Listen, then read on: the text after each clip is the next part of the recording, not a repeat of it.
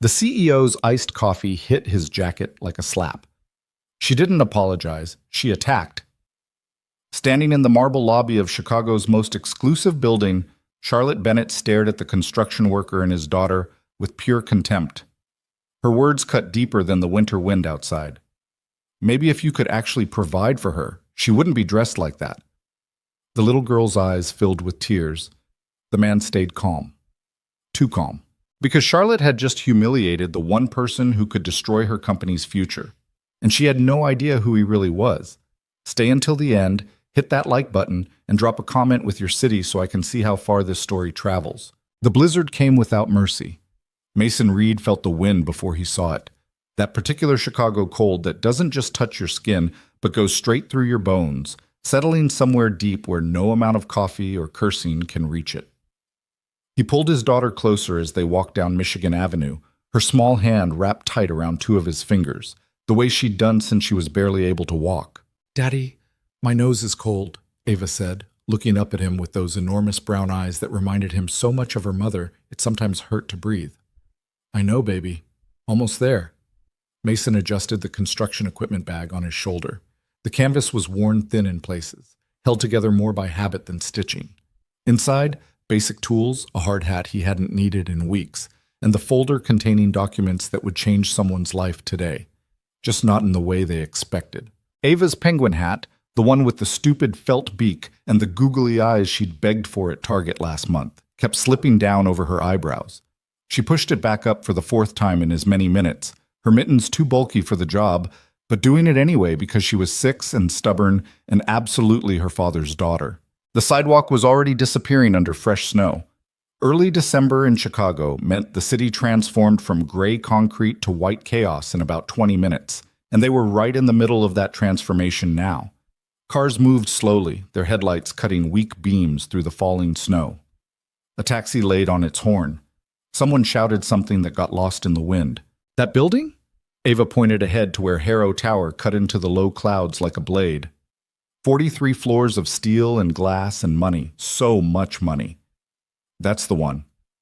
"It's really big." "Yeah." "Bigger than the library?" "Way bigger." "Bigger than the whole zoo?" Mason smiled despite the cold gnawing at his face. "Probably not that big." They reached the entrance, a massive revolving door flanked by two traditional doors that looked like they'd been designed specifically to make regular people feel small. A doorman in a long coat stood inside, visible through the glass but not moving to help. Mason had learned a long time ago that guys like that only open doors for certain types of people, and a man in a 15-year-old work jacket with paint stains and a kid in a clearance rack snowsuit didn't qualify. He pushed through the revolving door, felt the blast of heated air, heard Ava's little gasp of delight at the warmth. The lobby hit them like a different planet. Marble floors stretched out in every direction, polished to the kind of shine that made you aware of your boots.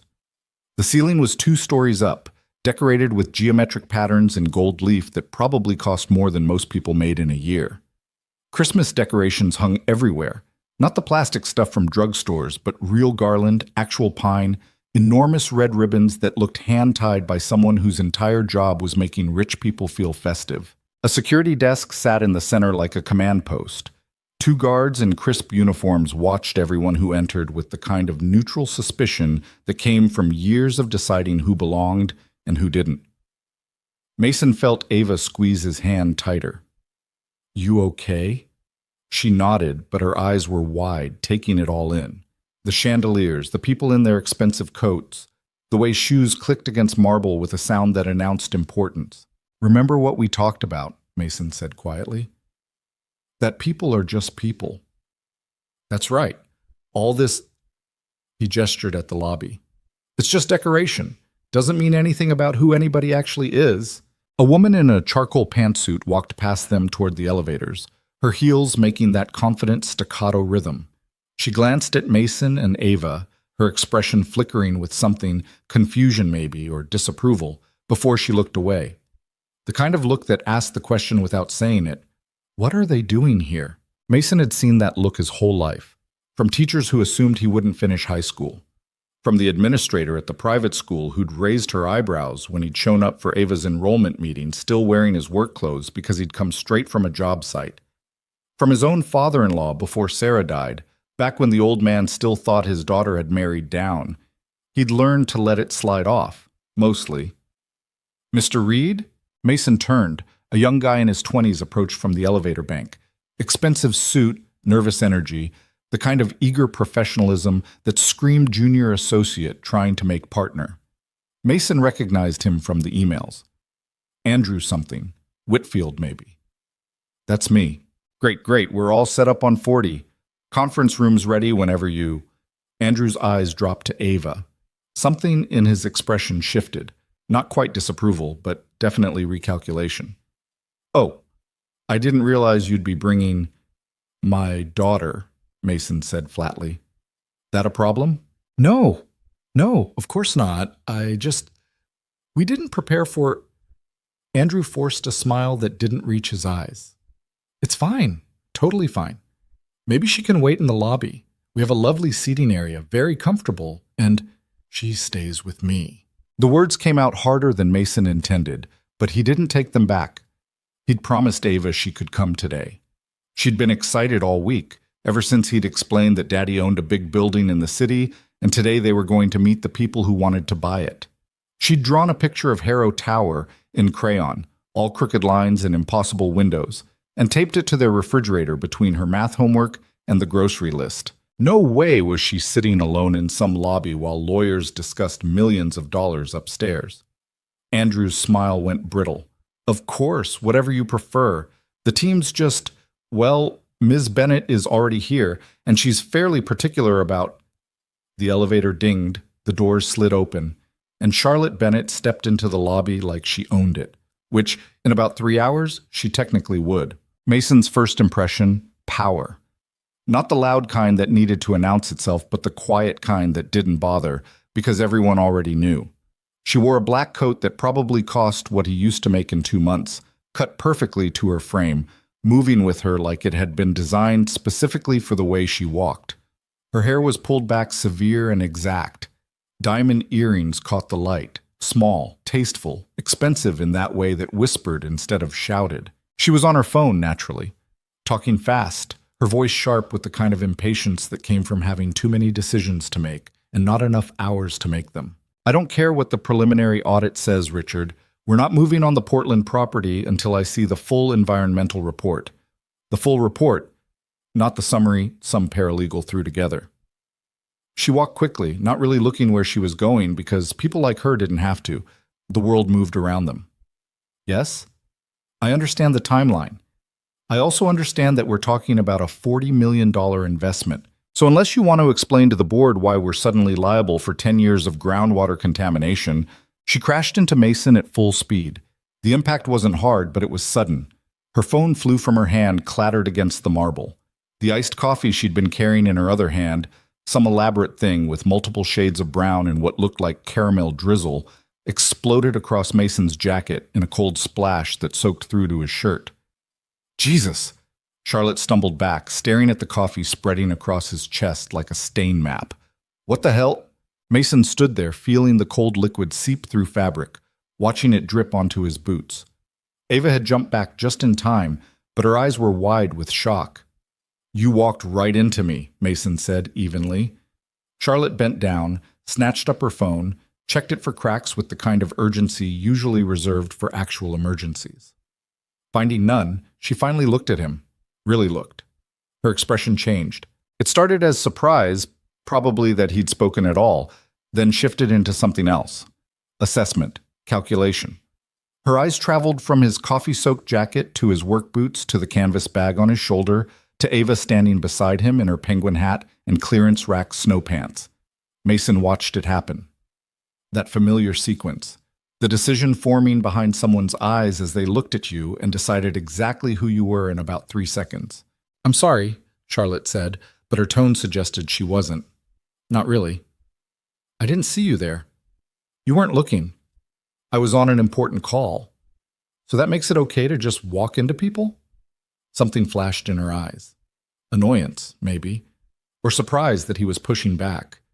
Look, I apologized. These things happen. You should probably clean that up before it stains.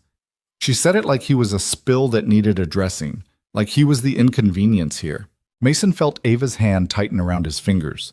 When he looked down, his daughter was staring at Charlotte with an expression he'd seen before. The one she got when kids at school said mean things, when teachers underestimated her, when the world reminded her that it could be randomly, casually cruel. "Daddy's jacket," Ava whispered. "It's okay, baby." Charlotte was already turning away, already moving on, because of course she was. People like her didn't linger on moments like this. They apologized, or said something that sounded like an apology, and then they left the mess for someone else to deal with. But then she stopped, turned back, looked at Ava with an expression that made Mason's jaw tighten. "That's a very colorful hat," Charlotte said. Her tone hit that particular register of false warmth that adults used when they wanted credit for noticing a child without actually engaging with them. Ava didn't respond. She just pressed closer to Mason's leg. Charlotte's gaze shifted back to him, taking in the jacket again, the boots, the bag, making calculations. "Are you here for a delivery?" she asked. "Because the service entrance is around. I'm not making a delivery." "Oh." A pause. "Maintenance?" "No." Her eyebrows drew together slightly, that universal expression of confusion mixed with impatience. The look of someone who'd asked a question they expected to be answered quickly and simply and was now annoyed that it wasn't. "Then what?" She stopped, glanced at Ava again. Something in her expression hardened. "Look, I'm sorry about your jacket, but I'm actually late for a very important meeting. If you need to file some kind of complaint, you can talk to building security." "Ms. Bennett?" Andrew appeared at her elbow like a nervous terrier. "I'm so sorry. I was just coming to escort Mr. Reed upstairs." Charlotte's head snapped toward the junior associate. "What?" "Mr. Reed," Andrew gestured at Mason with a hand that shook slightly. "The seller? For the acquisition meeting? We're running about 10 minutes behind schedule, and I know you wanted to review the final contracts before." The color drained from Charlotte Bennett's face. Not all at once. It happened in stages.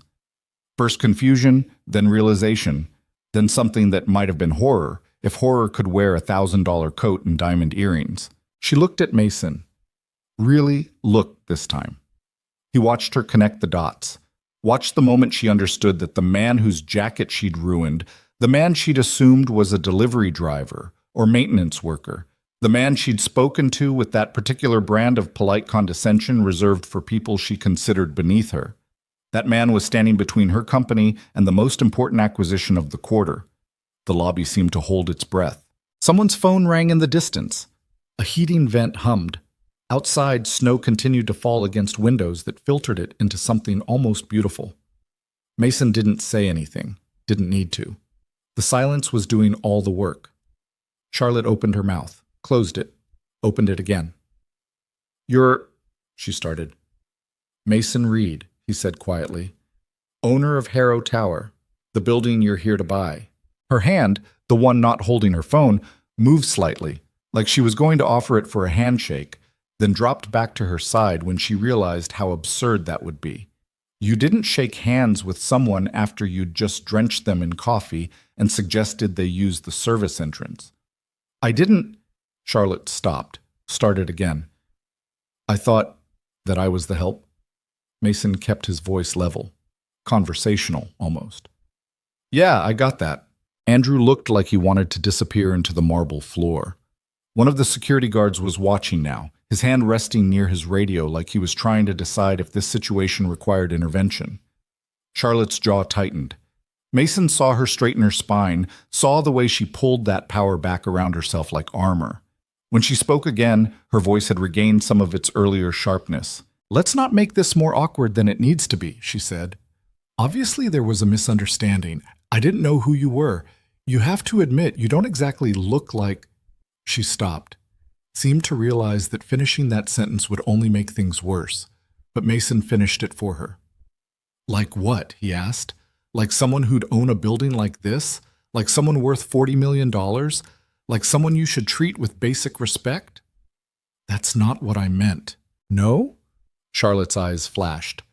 "I apologized for the coffee. I've acknowledged the confusion. What exactly do you want from me here? What did he want? Mason wasn't entirely sure. An actual apology, maybe.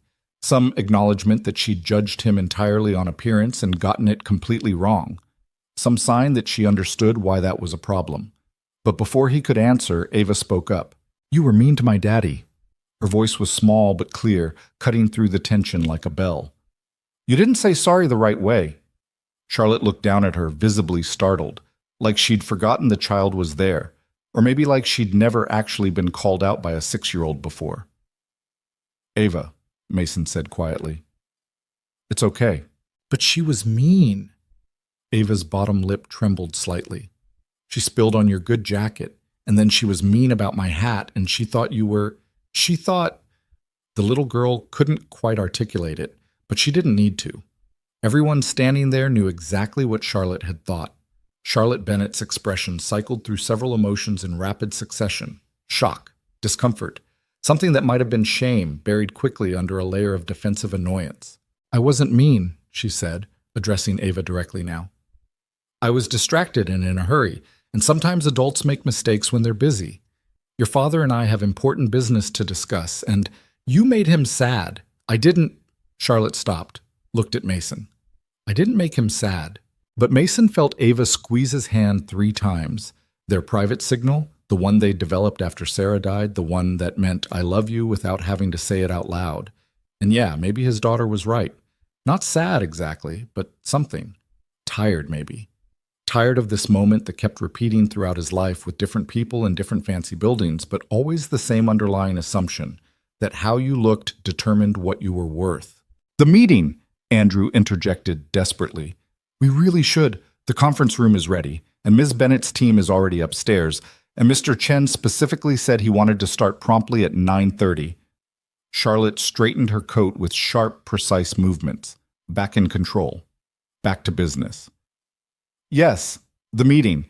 She looked at Mason, her expression now carefully neutral, professional. Shall we? It wasn't really a question. Mason could have pushed it, could have made her say more, apologize better, acknowledge the full scope of what had just happened.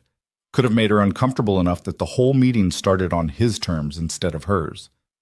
But Ava was watching, learning. And the lesson he wanted her to learn wasn't about revenge or making people squirm. It was about something else, something harder to define but more important. Yeah, he said, let's get this done. They moved toward the elevators, Mason and Ava in front, Charlotte and Andrew following a few steps behind. Mason could feel Charlotte's presence like heat at his back, could practically hear her mind working, recalculating, trying to figure out how to salvage this. The elevator arrived, the doors opened. They all stepped inside.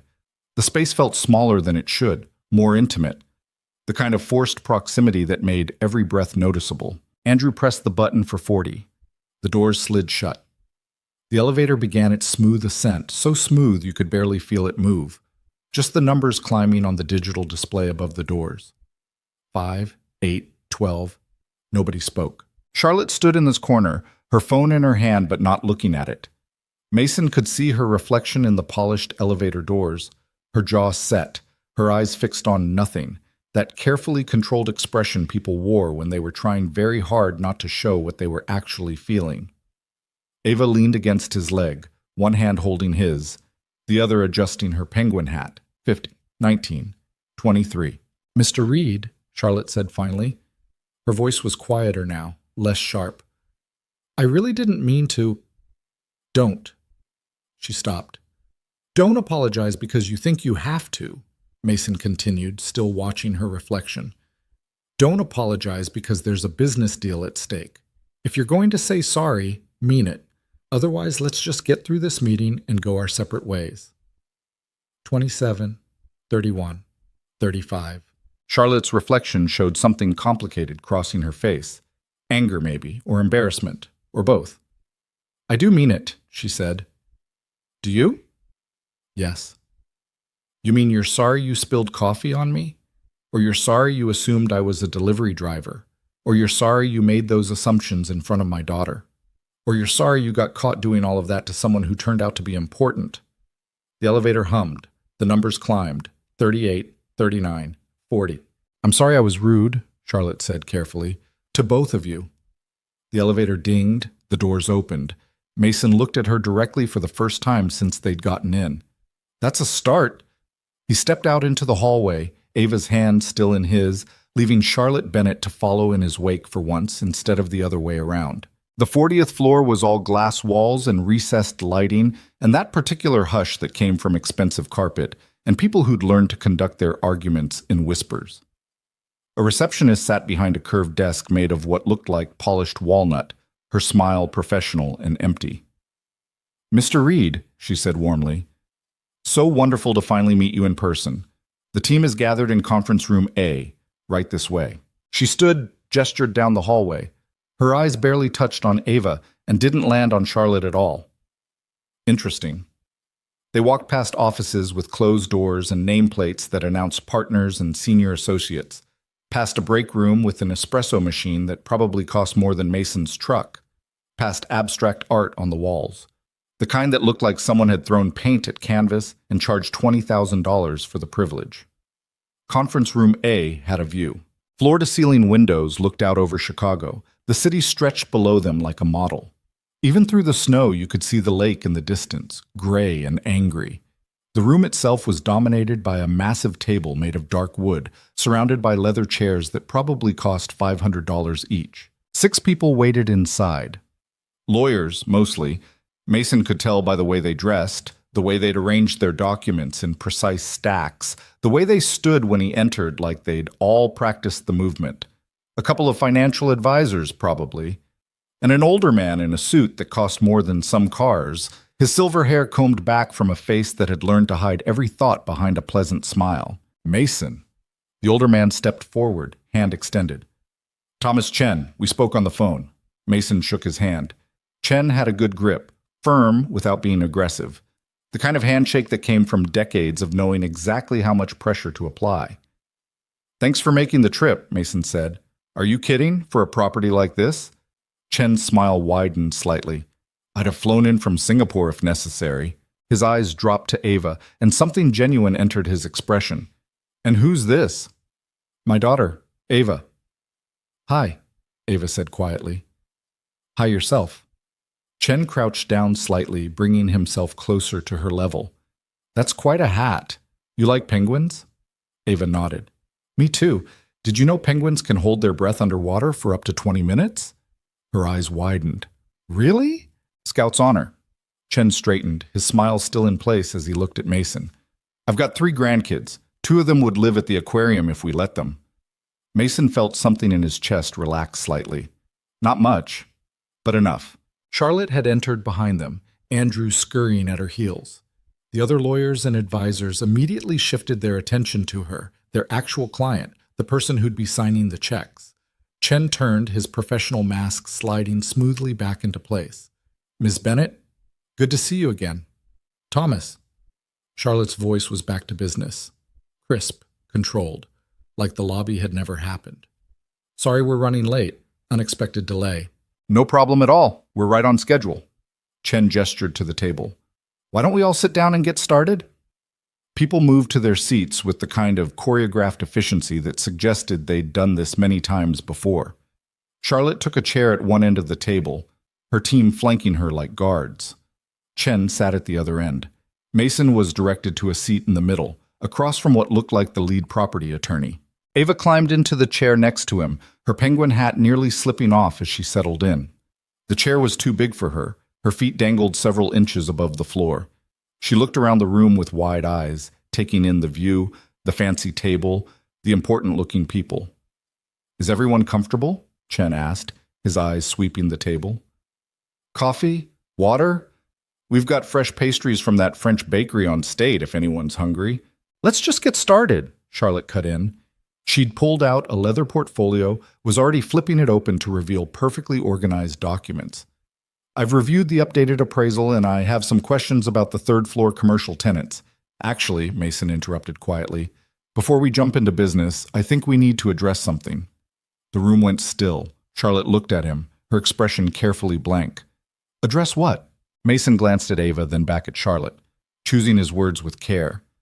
"What happened downstairs?" he said. "In the lobby." You could have heard a snowflake land.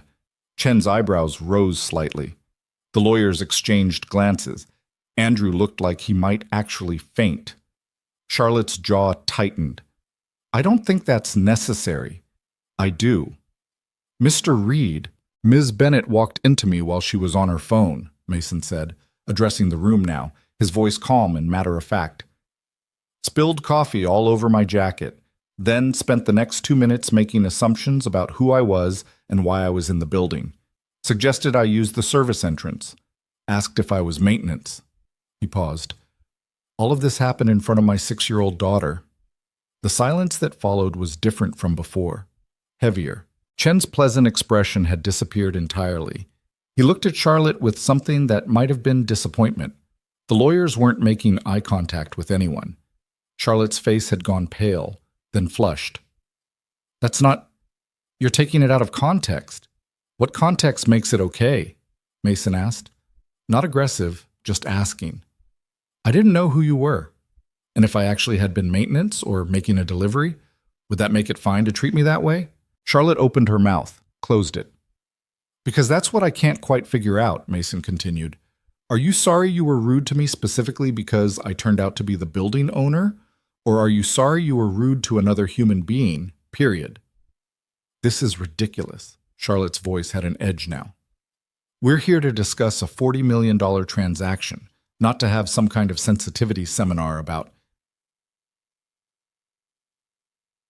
basic decency? Mason leaned forward slightly. About treating people with respect regardless of what they're wearing or what you assume about their bank account. I treat everyone with respect. Do you, though? The question hung in the air like smoke. Ava tugged on Mason's sleeve. He looked down at her worried face and softened immediately. It's okay, baby, he said quietly. Adults are just talking. Is the pretty lady mad? Pretty lady. Out of the mouths of children. Mason almost smiled, despite everything. I don't know, he said honestly. Maybe. Charlotte was staring at Ava now with an expression that was hard to read. Not quite guilt, not quite defensiveness. Something in between. Chen cleared his throat. Perhaps we should take a short break. Da's sake. No.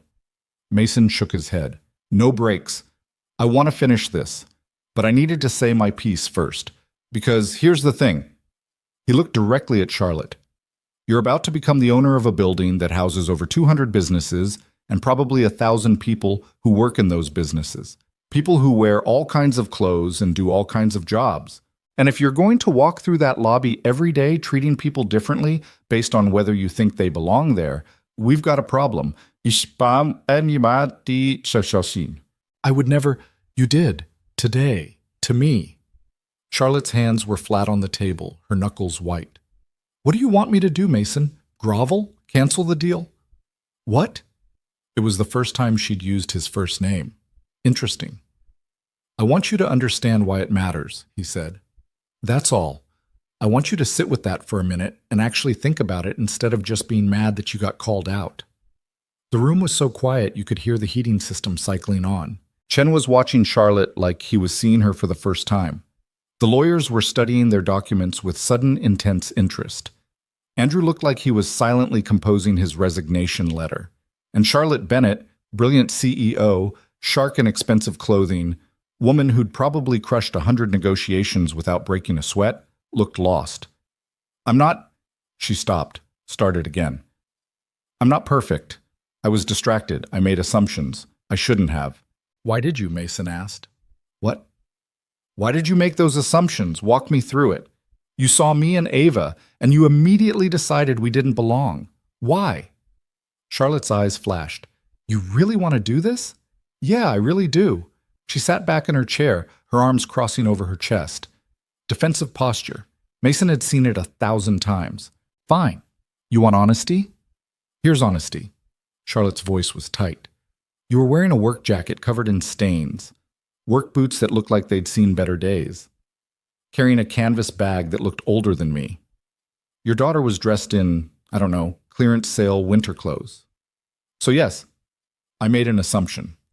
People who own $40 million buildings don't usually look like they just got off a construction site. Why not? Because they don't. I do. You're the exception. Am I? Mason tilted his head slightly. Or am I just the only one you've met who didn't feel like playing dress up? That's not fair. None of this is fair, Charlotte. That's kind of the point. Using her first name felt deliberate, a small claiming of equal ground. She noticed. He saw her notice. Look, Charlotte said, and her voice had changed slightly. Less defensive, more tired. I grew up poor. Like, actually poor, not my parents made me get a summer job poor. I know what it's like to be judged on appearance. I know what it's like to walk into rooms and have people assume you don't belong. So don't stand there and lecture me about, then why did you do it to me? Mason interrupted. If you know how it feels, why did you turn around and do the exact same thing? Charlotte's mouth opened. No words came out. Ava tugged Mason's sleeve again. Daddy, I have to pee. The absurd timing of it, the way a child's basic need could cut through the highest tension, made Mason want to laugh and cry at the same time. Okay, baby, hold on just a second.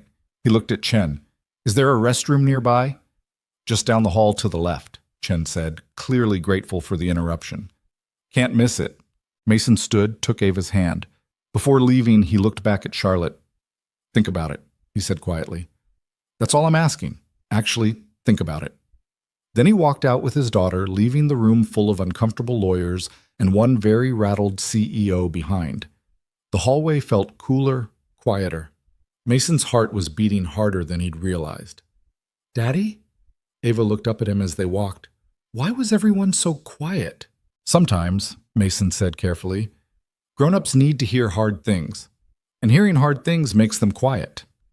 Like when I have to hear I can't have ice cream before dinner? He smiled despite everything.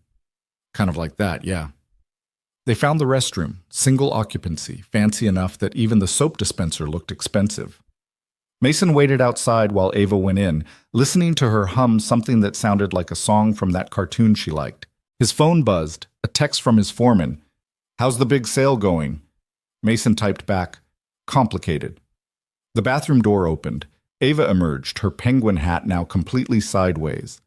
All good? She nodded. The soap smells like flowers. Fancy. They walked back slowly. Mason wasn't in a hurry to return to that room, that table, that conversation he'd started and wasn't sure how to finish. But as they approached the conference room, he heard voices. Not arguing, just talking. Chen's measured tones, Charlotte's sharper responses, the low murmur of lawyers doing what lawyers did.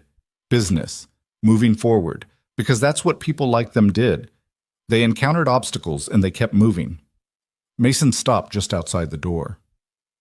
You ready to go back in? He asked Ava. She looked up at him with those serious brown eyes. Is the pretty lady still sad? Maybe. Did you make her sad? I don't know. Maybe I made her think about things she didn't want to think about. Ava considered this with the gravity only 6-year-olds could muster when processing adult complications. Mommy used to say thinking hard thoughts makes you smarter, she said finally. Mason's throat tightened. Sarah had said that. Usually when helping Ava with homework, or when Ava complained that math was too hard, or when life in general felt overwhelming for a small person trying to make sense of big concepts. Yeah, he managed. Yeah, she did say that. Then maybe making the pretty lady think hard thoughts is good. Out of the mouths of children, Mason thought again. Out of the mouths of children. He pushed open the conference room door. Everyone looked up. Charlotte's eyes found his immediately, held for a second longer than necessary, then dropped back to the documents in front of her. All set? Chen asked pleasantly. All set. Mason and Ava returned to their seats. The chair still too big for her, her feet still dangling. She'd brought a small notebook and crayons from somewhere. Probably Andrew had scrambled to find something to keep her occupied, and started drawing with the intense concentration the children brought to their art. So, Chen continued, clearly relieved to be back on professional ground, we were just discussing the tenant agreements for the commercial spaces. Ms. Bennett had some questions about the renewal terms. And just like that, they were back in business mode. Back to numbers and clauses, and the mechanical process of transferring ownership of something worth $40 million from one person to another. But something had shifted. Mason could feel it, the way Charlotte kept glancing at him when she thought he wasn't looking, The way her questions had lost some of their aggressive edge. The way she sat slightly differently in her chair, like she was aware of her posture in a way she hadn't been before. An hour passed. Then another. They worked through commercial leases and residential agreements, discussed property management and maintenance contracts, reviewed the inspection reports and the updated surveys, all the tedious, necessary details that turned a building from something you owned into something someone else owned. Ava drew pictures. First the building again, still crooked, still charming, then what looked like people, though at 6 the distinction between people and stick figures was still pretty fluid. Then penguins, because of course penguins. During a brief lull while the lawyers conferred about something in Section 7, subsection 12, paragraph 4, Charlotte spoke. "What are you drawing?" She was looking at Ava, her voice softer than Mason had heard it yet. Ava held up her picture. "The tower. It's very tall. Daddy says it's really tall in real life, too." "It is." Charlotte paused. "Did you draw the people?" "That's Daddy." Ava pointed to a slightly larger stick figure. "And that's me. And that's you." Charlotte blinked. "Me?" "The pretty lady from downstairs." Ava had given stick figure Charlotte what looked like triangle earrings and a big rectangular thing that was probably meant to be a phone. "You're going to own Daddy's building." Yes, that's right." "Will you take good care of it?" The question was so earnest, so direct, that Charlotte actually seemed at a loss for how to respond. "I'll do my best," she said finally. "Okay." Ava went back to her drawing, satisfied with this answer in a way that only children could be. Mason watched Charlotte's face, saw something complicated moving behind her eyes. Chen was wrapping up his conversation with the legal team. "All right, I think we've got clarity on the commercial tenant situation. Moving on to the residential floors." More hours, more details. Mason's coffee-stained jacket had dried into stiff patches. His back was starting to hurt from the fancy chair that looked comfortable but really wasn't. Ava's energy was flagging. She'd stopped drawing and was leaning against his arm, fighting sleep with the determination of a child who refused to miss anything important. Finally, Chen pushed back from the table with a satisfied sigh. "I think we've covered everything," he said.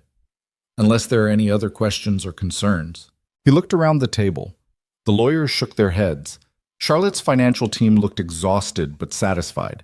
Andrew looked like he'd aged 5 years in the last 5 hours.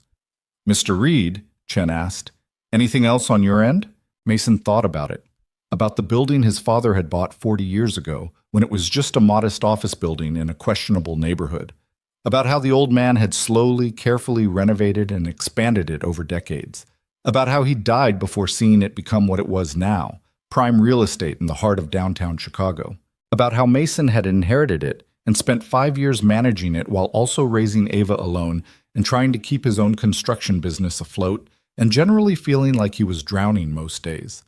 About how this sale meant he could finally breathe, could set Ava up for college, could maybe even take a vacation that didn't involve figuring out which bills to pay late, but also about the weight of letting go, of ending a legacy, of being the Reed who sold instead of the Reed who built. "No," he said quietly. "I think we're good." Chen smiled. "Then all that's left is signatures. We'll schedule the closing for next week. Gives everyone time to review the final documents one more time. Ms. Bennett, your team will wire the deposit by end of business Thursday?" "Already arranged," Charlotte said. Her voice was steady, but Mason thought he heard something underneath it. Uncertainty, maybe, or awareness that this wasn't quite the clean victory she'd probably envisioned when she'd walked in this morning. "Excellent." Chen stood, prompting everyone else to stand as well. "Thank you all for your time and patience. This has been remarkably smooth, all things considered."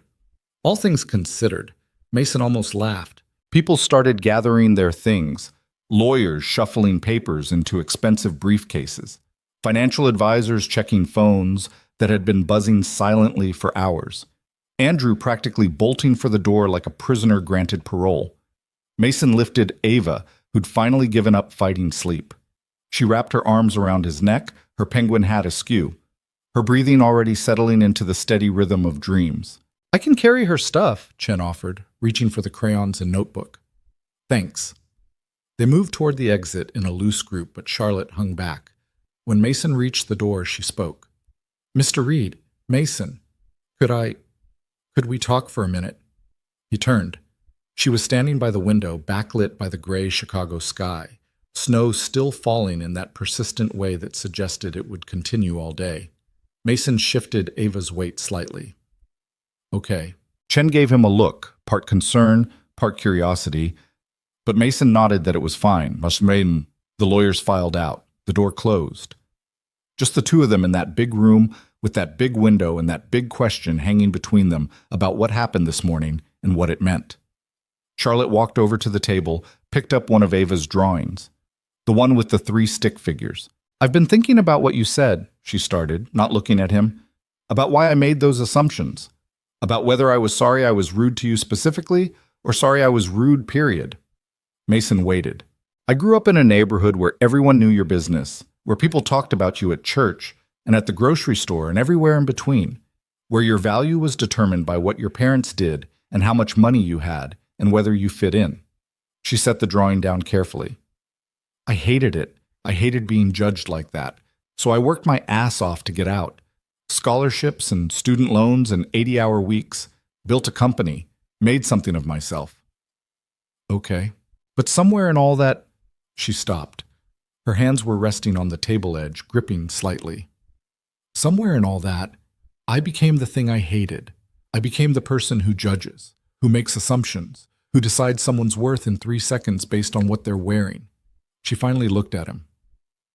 "I'm not making excuses," Charlotte said. "I'm just trying to explain. I don't think I'm better than other people. I stopped seeing them as people. Does that make sense?" "Yeah," Mason said quietly. "It does."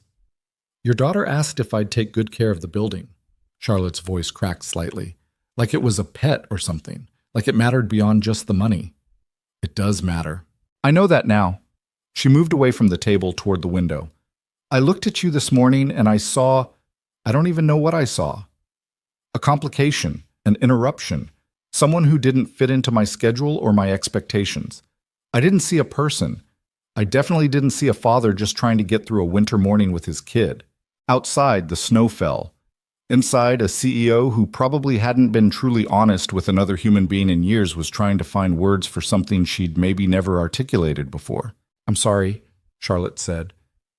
"Actually sorry. Not because you turned out to be important, not because there's money at stake, but because I hurt you. And worse, I hurt her." She gestured toward Ava sleeping in his arms. "I made a little girl who was just excited to see her dad's building feel small, and that's—" Her voice broke completely. "That's unforgivable." Mason felt Ava shift against him, mumbling something in her sleep about penguins. "Nothing's unforgivable," he said, "but not everything can be fixed with just saying sorry, either." "I know." "Do you?" Charlotte turned from the window. Her eyes were red. Mason hadn't realized until this moment that she'd been crying. "I want to do better," she said. "I don't know exactly what that looks like yet, but I want to try. Will you help me?" It was the last thing Mason had expected her to say. "Help you how?" "I don't know. Show me what I'm not seeing. Tell me when I'm being—" She gestured vaguely. "Whatever I was being this morning, hold me accountable." "Charlotte, we're about to complete a business transaction and then probably never see each other again. Unless we don't." "Unless we don't what? Never see each other again?" She wiped at her eyes with the back of her hand, a gesture so unguarded it was almost shocking coming from someone who'd been so controlled hours earlier. "Your father built something worth protecting. Not just the building itself, but the people, the tenants, the way it exists in the community. I got so focused on the numbers that I almost missed the point entirely." Mason readjusted Ava's weight. His arms were getting tired. "What are you asking?" "Stay involved," Charlotte said. "Consulting basis. Help me transition the management in a way that honors what your father built. Help me not screw it up by only thinking about profit margins and efficiency metrics." "You're serious?" "Completely." Mason looked at this woman, this brilliant, successful, deeply flawed woman who'd started the day by spilling coffee on him and insulting his daughter, and was now standing in front of him with tears on her face asking for help becoming a better person. "I'll think about it." he said finally. Something like relief crossed her face. Thank you. Don't thank me yet. I haven't decided. But you'll think about it. Yeah, I'll think about it. They stood there in that enormous conference room, the city spread below them like a promise or a threat, the snow turning everything soft and temporary. I should go, Mason said. Ava needs a real nap, and I need to change out of this coffee-stained jacket. Of course. Charlotte moved toward the door, held it open for him. A small gesture. Maybe meaningless, maybe not. He walked past her into the hallway. Chen was waiting by the elevators with Ava's things, looking concerned. Everything all right? Yeah, Mason said. We're good. The elevator ride down was quiet. Chen didn't push for details, just stood there holding crayons and notebook, occasionally glancing at sleeping Ava with the fond expression of someone who'd raised kids and remembered how quickly they grew. The lobby was busier now, lunch rush starting, people in suits and ties moving with purpose. The security guards had changed shifts, different faces, same watchful eyes. Mason walked through it all, past the marble and the gold leaf and the massive Christmas decorations, and pushed out into the cold Chicago day with his daughter in his arms. The snow had slowed but not stopped. Fat flakes drifted down, lazy and beautiful. The city noise was muffled. Cars moved carefully. Somewhere a siren wailed. Mason started walking, not sure where he was going exactly, just walking. And he thought about his father, about dignity, about the difference between wealth and worth, about what it meant to own something valuable and what it meant to protect something precious, about a woman who'd learned all the wrong lessons from being poor and was maybe ready to learn some better ones, about his daughter sleeping against his shoulder, trusting him completely to get them home safe through the storm. The snow fell. Chicago breathed. And somewhere behind them, in a tower made of glass and steel and 40 years of history, Charlotte Bennett stood at a window on the 40th floor, watching a man in a stained jacket carry his child through the snow, and wondering if she'd just been given something rare and fragile, a second chance to get it right. The apartment was cold when they got home. Mason kicked the door shut behind them, still carrying Ava, and felt the familiar blast of air that meant the radiator was acting up again. Third time this month. He made a mental note to call the super, then remembered he was about to have enough money that he could just move somewhere with heat that actually worked. The thought felt strange, disorienting almost. He laid Ava on the couch, pulled the throw blanket over her, adjusted her penguin hat one last time before finally taking it off. Her face was peaceful in sleep, cheeks still pink from the cold outside. She'd be out for at least an hour, maybe 2 if he was lucky. Mason peeled off the coffee-stained jacket and held it up to the light. The stain had set in dark and permanent across the front. Ruined. Not that it had been worth much to begin with, but still. It had been his favorite, worn soft in all the right places, broken in over years of job sites and winter mornings, and the general chaos of single fatherhood. He tossed it over a chair and went to the kitchen. The apartment was small. 2 bedrooms, 1 bathroom, a kitchen that barely fit 2 people if they weren't trying to cook at the same time. The building was old, 1920s probably, with radiators that clanged and pipes that groaned and neighbors you could hear through the walls. But the rent was decent, and the landlord mostly left him alone, and Ava had her own room, which was what mattered. Mason filled the coffee pot, his hands going through the familiar motions while his mind stayed stuck back in that conference room. Charlotte's face when she'd apologized for real. The way her voice had cracked. The question she'd asked that he still didn't know how to answer. Stay involved. Help her not screw it up. His phone buzzed. Text from Chen. Pleasure doing business with you. Looking forward to closing next week. Let me know if you need anything before then. Professional, courteous, completely standard. Mason typed back, thanks. Will do. Another buzz. This one from a number he didn't recognize. This is Charlotte Bennett. Andrew gave me your number. Hope that's okay. I meant what I said upstairs. Would really like to discuss the consulting arrangement when you have time. Mason stared at the message. Read it twice. Started to type a response, then stopped. What was he supposed to say?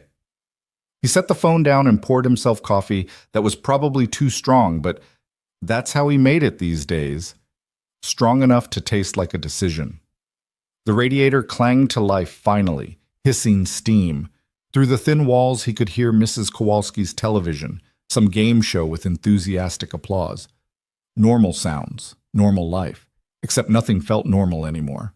He'd owned Harrow Tower for 5 years, and it had never felt real, even when he was signing documents or reviewing financials or dealing with tenant complaints. It had felt like playing pretend, like he was wearing his father's clothes and hoping nobody noticed they didn't quite fit. His dad had been the real deal. Thomas Reed, who'd started as a union electrician and saved every dollar for 20 years until he could buy his first property, who taught himself building management and contract law and commercial real estate through library books and night classes, who'd seen potential in a rundown office building when everyone else saw a teardown. Mason had just inherited it, hadn't earned it, hadn't built it, just woke up one day owning something worth millions because his father's heart gave out at 63 while rewiring a light fixture on the 7th floor. He sat at the small kitchen table, the same table where he and Ava ate breakfast every morning, where she did homework while he reviewed invoices, where they'd cried together the night Sarah died, and he'd had to explain to a 3-year-old why Mommy wasn't coming home from the hospital. His phone buzzed again. Another text from Charlotte. Or not. No pressure. Just wanted you to know the offer stands. Mason picked up the phone, typed, "I'll think about it. Need a few days." Her response came fast. "Of course. Take whatever time you need." Then, after a pause, "And Mason? Thank you. For today. For saying what needed to be said." He didn't respond to that one, just set the phone down and drank his coffee and listened to Ava breathing in the other room and the radiator hissing and Mrs. Kowalski's game show and all the ordinary sounds of a life that was about to change in ways he couldn't quite picture yet. The snow had stopped by the time Ava woke up. She stumbled into the kitchen, rubbing her eyes, her hair sticking up in 17 different directions. "Hey, sleepyhead. Is it tomorrow yet?" Mason smiled. "Not quite. Still today." "Oh." She climbed into the chair across from him. "I'm hungry. Grilled cheese? With tomato soup?" "With tomato soup." He made lunch while she told him about her dreams, something involving penguins and a castle made of ice cream and a talking cat who was also a teacher. The logic of 6-year-old dreams, where anything could connect to anything else without explanation. They ate at the table, Ava swinging her legs and asking questions between bites. "Did you sell the tower?" "Almost. One more meeting next week to finish everything." "Then what happens?" "Then it belongs to Ms. Bennett, the pretty lady from this morning." Ava considered this while dipping her grilled cheese in soup. "Will she take care of it like Grandpa did?" That was the question, wasn't it? "I don't know yet," Mason said honestly. "That's what I'm trying to figure out." "You should make sure she does." "Yeah?" "Yeah. Because Grandpa worked really hard on it. You told me that." Mason felt something tighten in his chest. "You're right. He did. So you have to make sure." Ava said it with the absolute certainty of a child who believed her father could fix anything, solve anything, make the world work right through sheer determination. He wished he had that kind of confidence. After lunch, Ava wanted to play with her Legos. Mason sat on the floor of her room, helping her build what she insisted was a penguin habitat, but looked more like a colorful disaster with no structural integrity. They worked in comfortable silence, the kind that came from years of just being together, not needing to fill every moment with words. His phone buzzed twice more over the next hour. Once from his foreman asking about next week's schedule. Once from his sister in Portland, checking in like she did every few days since Sarah died, making sure he was eating real food and not just falling apart. He answered the foreman, ignored his sister for now. He'd call her back later when he had energy for her particular brand of concerned hovering. By dinner time, Mason had made a decision. Not about Charlotte's offer, that still felt too big, too complicated, but about something else. He pulled up Charlotte's number and typed, "Can we meet tomorrow? Just us. I want to talk about the building." Her response came within 30 seconds. "Yes? Where and when? Coffee shop on Randolph. You know Marty's?" "I'll find it." "What time? 10? I'll be there." Mason set the phone down. Ava was watching him from where she'd sprawled on the floor with her Legos. "Who are you texting?" "Ms. Bennett." "The pretty lady?" "Yeah." "Are you friends now?" Mason thought about that. "I don't know what we are." "Maybe you'll find out tomorrow," Ava said with the wisdom of someone who'd lived exactly 6 years and thought that made her an expert on everything. Maybe, Mason agreed. That night, after Ava was in bed and the apartment had settled into its evening creaks and groans, Mason stood at his bedroom window looking out at the city. Snow covered everything in uneven patches. Christmas lights blinked from neighboring buildings. Somewhere in the distance, a train rumbled past. He thought about his father, about the last conversation they'd had 3 days before the heart attack. They'd been standing in the lobby of Harrow Tower, that same marble lobby where Charlotte had crashed into him this morning, and his dad had been complaining about the heating system on the upper floors. Building this old, everything's a compromise, Thomas Reed had said. You fix one thing, something else breaks. But you keep fixing it anyway because people depend on you. Sounds exhausting, Mason had joked. His father had looked at him with those serious eyes that never quite matched his smile. It is, but it's also the point. We don't own things, Mason. We take care of them for a while, and then we pass them on. The only question that matters is whether we left them better than we found them. Mason hadn't understood it then. Not really. He'd been 32 with a failing marriage and a daughter who was barely 3 in a construction business that was just starting to turn a profit. The idea of legacy and responsibility and leaving things better, it had all felt abstract, theoretical. Now, standing in his cold apartment looking out at the city his father had loved, Mason understood. The building wasn't the point. The money wasn't the point. The point was what his father had actually said. People depended on you, and you kept fixing things anyway. Charlotte Bennett was offering him a chance to keep fixing things. The question was whether he trusted her enough to help. Marty's coffee shop was exactly the kind of place Charlotte Bennett would never normally enter. Mason arrived 10 minutes early and claimed a booth in the back, away from the windows. The place hadn't been updated since probably 1987. Vinyl seats patched with duct tape, laminate tables scarred with decades of coffee rings, a jukebox in the corner that only played if you kicked it in the right spot. The coffee came in thick ceramic mugs that were chipped but clean, and Marty himself, pushing 70, suspenders holding up jeans worn soft as flannel, worked the counter with the efficiency of someone who'd made 10,000 cups of coffee in his life and could do it in his sleep. You want the usual? Marty called over when Mason sat down. Yeah, thanks. Your girl not with you today? School day tomorrow. Couldn't bring her. Too bad. She brightened up the place. Marty started the coffee, then glanced toward the door as it chimed. His expression shifted slightly. Not quite disapproval, but definitely assessment. Charlotte Bennett walked in looking exactly like someone who'd never been in a place like this before. She wore designer jeans, the kind that cost $300 to look perfectly casual, and a cream-colored sweater under a coat that probably had an Italian name Mason couldn't pronounce. Her hair was down today, softer than the severe style from yesterday, but her bearing was the same. Careful.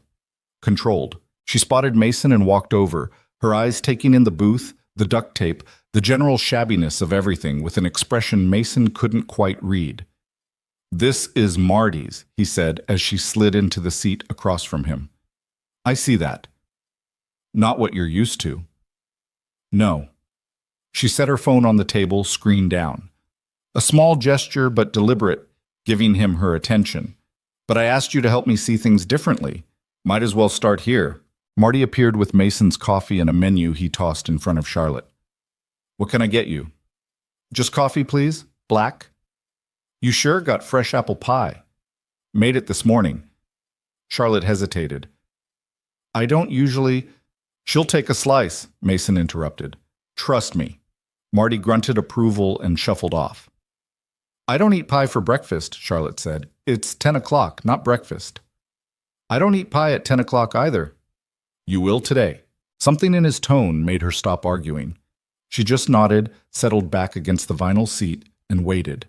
Mason took a sip of coffee that was too hot and tasted like burnt hope and nostalgia. Perfect. I've been thinking about your offer, he said. And? I want to know what you actually want, not the corporate answer, the real one. Charlotte was quiet for a moment. Marty returned with her coffee and pie, and she stared at the slice like it was a test she hadn't studied for. Eat first, Mason said. Then we talk. You're very bossy for someone who needed to sell his building. Needed to sell, wanted to sell, different things. She picked up the fork, took a tentative bite. Her expression changed immediately. Surprise, then something like pleasure, then almost annoyance that she was enjoying it. Okay, she admitted. That's actually really good. Marty doesn't do anything halfway. They sat in silence while she ate. Mason watched the shop around them. Morning regulars filtering in, retired guys reading newspapers, a couple of construction workers grabbing coffee before a job, a young woman with a laptop and headphones, probably working remote from somewhere that had Wi-Fi that actually worked. Normal people living normal lives in a city that kept spinning, whether you were rich or poor or somewhere in between. I want to not fail, Charlotte said suddenly. Mason looked back at her. She'd set down the fork, was staring at the remaining pie like it held answers. Fail at what? Everything. The building. The business. Being, she gestured vaguely, a decent person. I spent so long climbing, Mason. So long proving I belonged in rooms where people like me don't usually get to sit. And somewhere in all that proving, I forgot why I wanted to be there in the first place. Why did you want to be there? I don't know anymore. That's the problem. Marty refilled Mason's coffee without being asked. Charlotte pushed her mug toward him, and he filled hers too, his expression neutral but his eyes curious. When I was 16, Charlotte continued after Marty left, my mom worked 3 jobs, cleaning offices at night, cashier during the day, weekend shifts at a laundromat. She worked herself half to death so I could go to a decent school, so I could have a chance she never got. That's a lot of pressure. It was everything. I couldn't fail because she'd sacrificed too much. So I didn't. I got the scholarships, got the degree, got the job, built the company, made the money. She looked up at him. And then one day I'm standing in a marble lobby destroying someone's jacket and insulting their daughter, and I realize I've become exactly the kind of person my mother spent her life being invisible to. Mason traced the rim of his coffee mug. So what changed? You called me out. Your daughter called me out. And I had to sit in that conference room and face the fact that I've spent 10 years becoming successful and about 10 minutes actually thinking about what that success cost. Cost you or cost other people? Both. A guy in paint-speckled overalls walked past their booth toward the counter. Charlotte watched him with an expression Mason recognized, that flicker of calculation, of assessment, of trying to place someone in a hierarchy that didn't actually exist outside her own head. You're doing it right now, Mason said quietly. Doing what? Judging. You looked at that guy and you made an assumption. Charlotte's jaw tightened. I didn't. Yeah, you did. I saw it. And it's okay. I'm not trying to shame you. I'm just pointing out that this isn't going to be easy. You can't just decide to be different and have it happen. You've got to retrain yourself, catch yourself in the moment, and choose something else. She was quiet for a long time. When she finally spoke, her voice was smaller than he'd heard it yet. I don't know if I can do that. Then you'll fail, Mason said simply. Not at the business stuff. You'll probably be fine there. But at the rest of it? At being the kind of person who owns a building full of people and actually sees them as people? Yeah, you'll fail. That's harsh. That's honest. Charlotte picked up her fork again, pushed pie around her plate. Your father must have been a really good man. The subject change was abrupt, but Mason let it happen. He was, not perfect, but good. What did he teach you? That work is about more than just making money. That if you're going to build something, build it right. That the people who clean your building matter as much as the people who rent office space in it. Mason paused. That dignity isn't something you have or don't have, it's something you give other people. I like that. He'd say it better. I'm paraphrasing. Still, I like it. They sat with that for a while. The coffee shop hummed around them. Marty's radio played something old and scratchy. Someone laughed at the counter. Okay, Charlotte said finally. Here's what I want, really want. I want you to tell me the truth about that building, about the tenants, about what matters beyond the numbers in the spreadsheet. I want you to stop me when I'm about to make a decision that prioritizes profit over people. She stopped, struggling. I want to learn how to do this right. And I don't think I can learn it from my lawyers or my financial team or anyone else who thinks the way I used to think. Used to? I'm trying to stop thinking. Mason considered her. The expensive sweater and the careful makeup, and the phone sitting screen down between them like a promise that she was actually listening. But also the uncertainty in her eyes, the genuine fear that maybe she'd gone too far down the wrong path to find her way back. 3 conditions, he said. Okay. 1. I'm not your employee. I'm a consultant. That means when I tell you something, you actually listen. You don't have to do what I say, but you have to hear it. Done. 2. This isn't forever. 6 months, long enough to transition the building, get new management in place, make sure the tenants who've been there for years aren't getting pushed out just because their rent is below market rate. Charlotte winced slightly at that last part, which told Mason everything he needed to know about what her financial team had probably already suggested. Okay, she said. 6 months. And the third condition? Mason leaned forward slightly. You have to actually want to change, not just say you do, not just feel bad about what happened yesterday. Actually want to be different, because if you're just doing this to feel better about yourself, we're wasting each other's time. The challenge sat between them like something physical. Charlotte met his eyes and held them. I want to change. I'm terrified I can't, but I want to try. Good enough, Mason said. They shook hands across the table, her grip firm and dry, and surprisingly warm. A deal made in a coffee shop that was falling apart, between 2 people who had no reason to trust each other, except that sometimes you had to trust someone. So where do we start? Charlotte asked. You finish that pie, Mason said. Then we go talk to some of your tenants. My tenants? You're building now, or almost. Might as well start meeting the people who make it run. Charlotte looked slightly panicked. Today? Right now? You got somewhere more important to be? She opened her mouth, probably to list 17 meetings and calls and things that absolutely couldn't wait. Then she closed it, picked up her phone, sent what looked like a rapid-fire series of texts, and set it back down.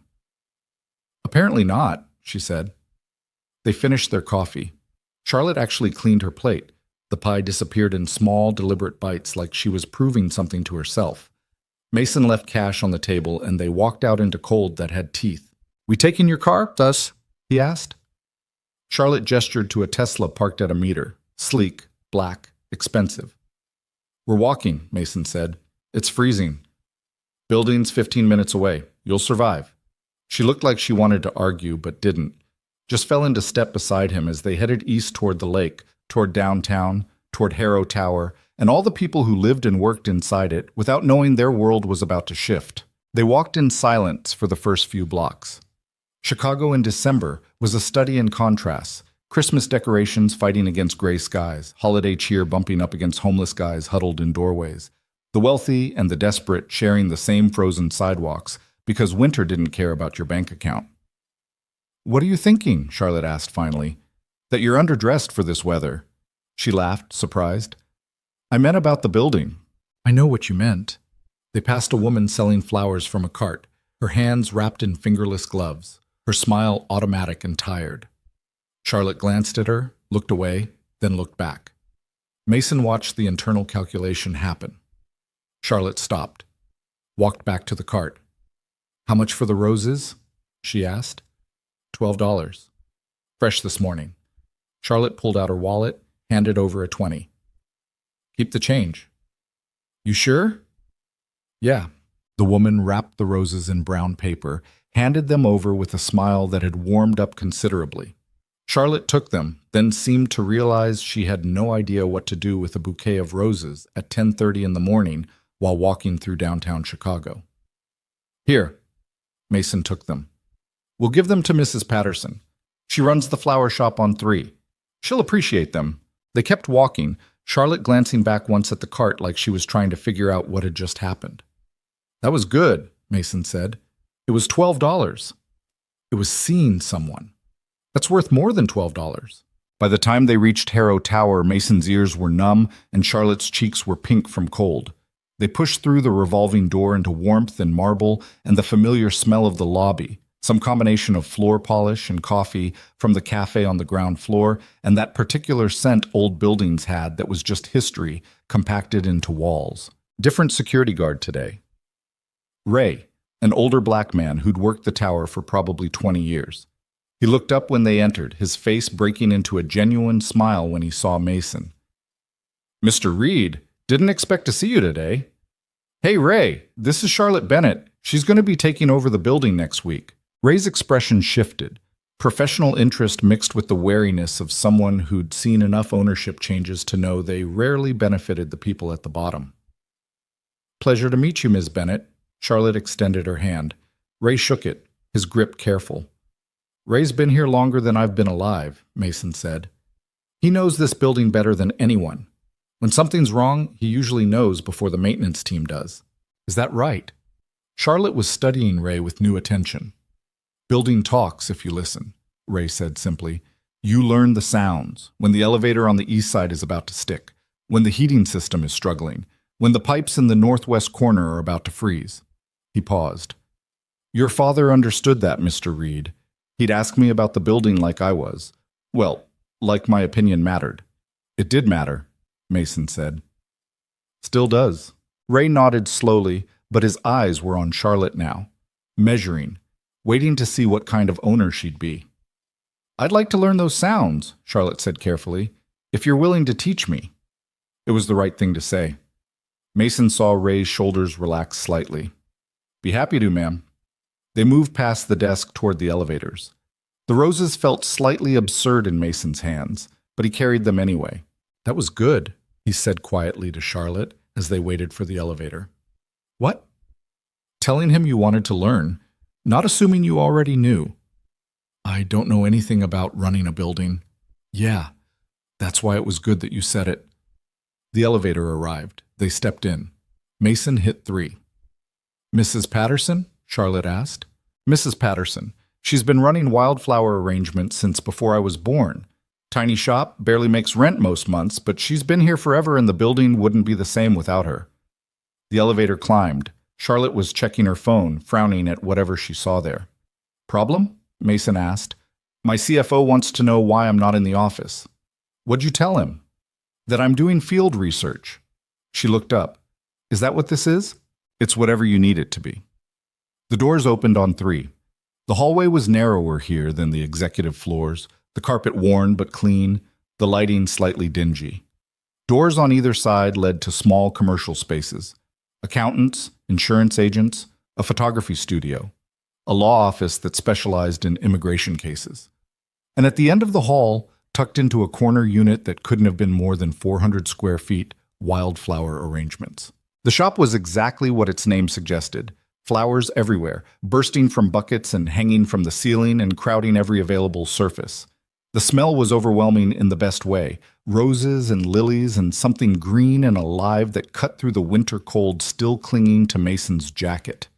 Behind the counter, surrounded by stems and ribbon and her life's work, stood Mrs. Patterson. She was probably 70, maybe older, with white hair pulled back in a bun and hands that moved with the quick confidence of someone who'd arranged 10,000 bouquets and could do it blind.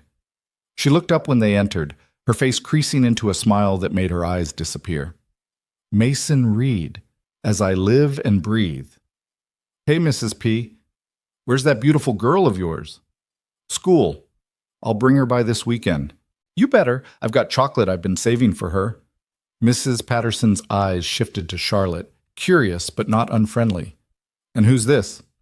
Charlotte Bennett. She's buying the building. The smile didn't exactly fade, but it changed, became more careful. I see, Mrs. Patterson said. Well, welcome, I suppose. Mason held out the roses. These are for you. Oh, you sweet boy. You didn't have to. She stopped, looking at Charlotte. These from you, dear? Charlotte nodded. I bought them a few blocks over. Mason thought you'd appreciate them. I do. They're lovely. Mrs. Patterson took the roses, unwrapped them with efficient movements, and immediately started trimming the stems. Though I'll tell you, the woman who sold you these is overcharging. These are day-old at least. See how the outer petals are starting to brown? Still pretty, but not fresh. Oh. Charlotte looked slightly embarrassed. I didn't notice. Most people wouldn't. Takes years to know what to look for. Mrs. Patterson was already working the roses into an arrangement with greens and baby's breath pulled from nearby buckets. Her hands moved like water. So you're the new owner. What's that mean for shops like mine? The question was direct. No corporate dancing around. Just a woman who'd spent 40 years in business and knew when to ask the hard questions. Charlotte glanced at Mason. He gave her nothing. This was her show. I'm still figuring that out, Charlotte said honestly. What would you want it to mean? Mrs. Patterson's hands didn't stop moving, but her eyes sharpened. I'd want it to mean you're not going to triple my rent so you can put in some chain store that sells flowers wrapped in plastic. Is that what you're worried about? It's what happens. New owner comes in, sees that half the shops on this floor are paying below market rate, decides to clean house. Out with the old, in with the profitable. She finished the arrangement, stepped back to assess it. I've seen it happen to friends in other buildings. Hell, I've seen it happen in this building back in the 80s before Mr. Reed bought it. My father, Mason clarified quietly. Your father, Mrs. Patterson confirmed, looking at him with real affection, understood that cheap rent now is better than no rent later. That keeping good tenants who pay on time is worth more than squeezing every dollar out of a space. Charlotte was listening intently. Did he ever raise your rent? Sure, cost of living increases mostly. Couple times when property taxes went up and he had to pass some of that along. But he'd give me warning, let me prepare, and he never asked for more than I could actually pay. Mrs. Patterson wiped her hands on her apron. That's all any of us want, Ms. Bennett. Fair rent, fair treatment, and enough respect not to be pushed out just because we don't fit someone's vision of what the building should be. The words hung in the air like a challenge. Charlotte absorbed them without flinching. What if I promised you wouldn't be pushed out? I'd want it in writing. Okay.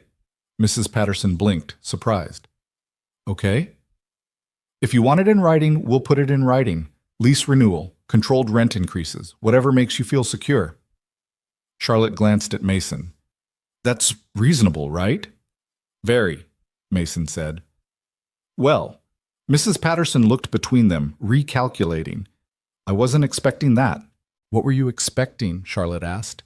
Corporate talk about market rates and maximizing value, and how you're sure we can work something out while really meaning you've already decided to get rid of me. Charlotte's expression tightened, not with anger, but with something that looked like recognition, like she was hearing her own planned speech reflected back at her and realizing how it sounded. I'm trying to do better than that, she said quietly. Mrs. Patterson studied her for a long moment, then nodded slowly. Good, because this building needs someone who'll do better. It deserves that. They talked for another 20 minutes.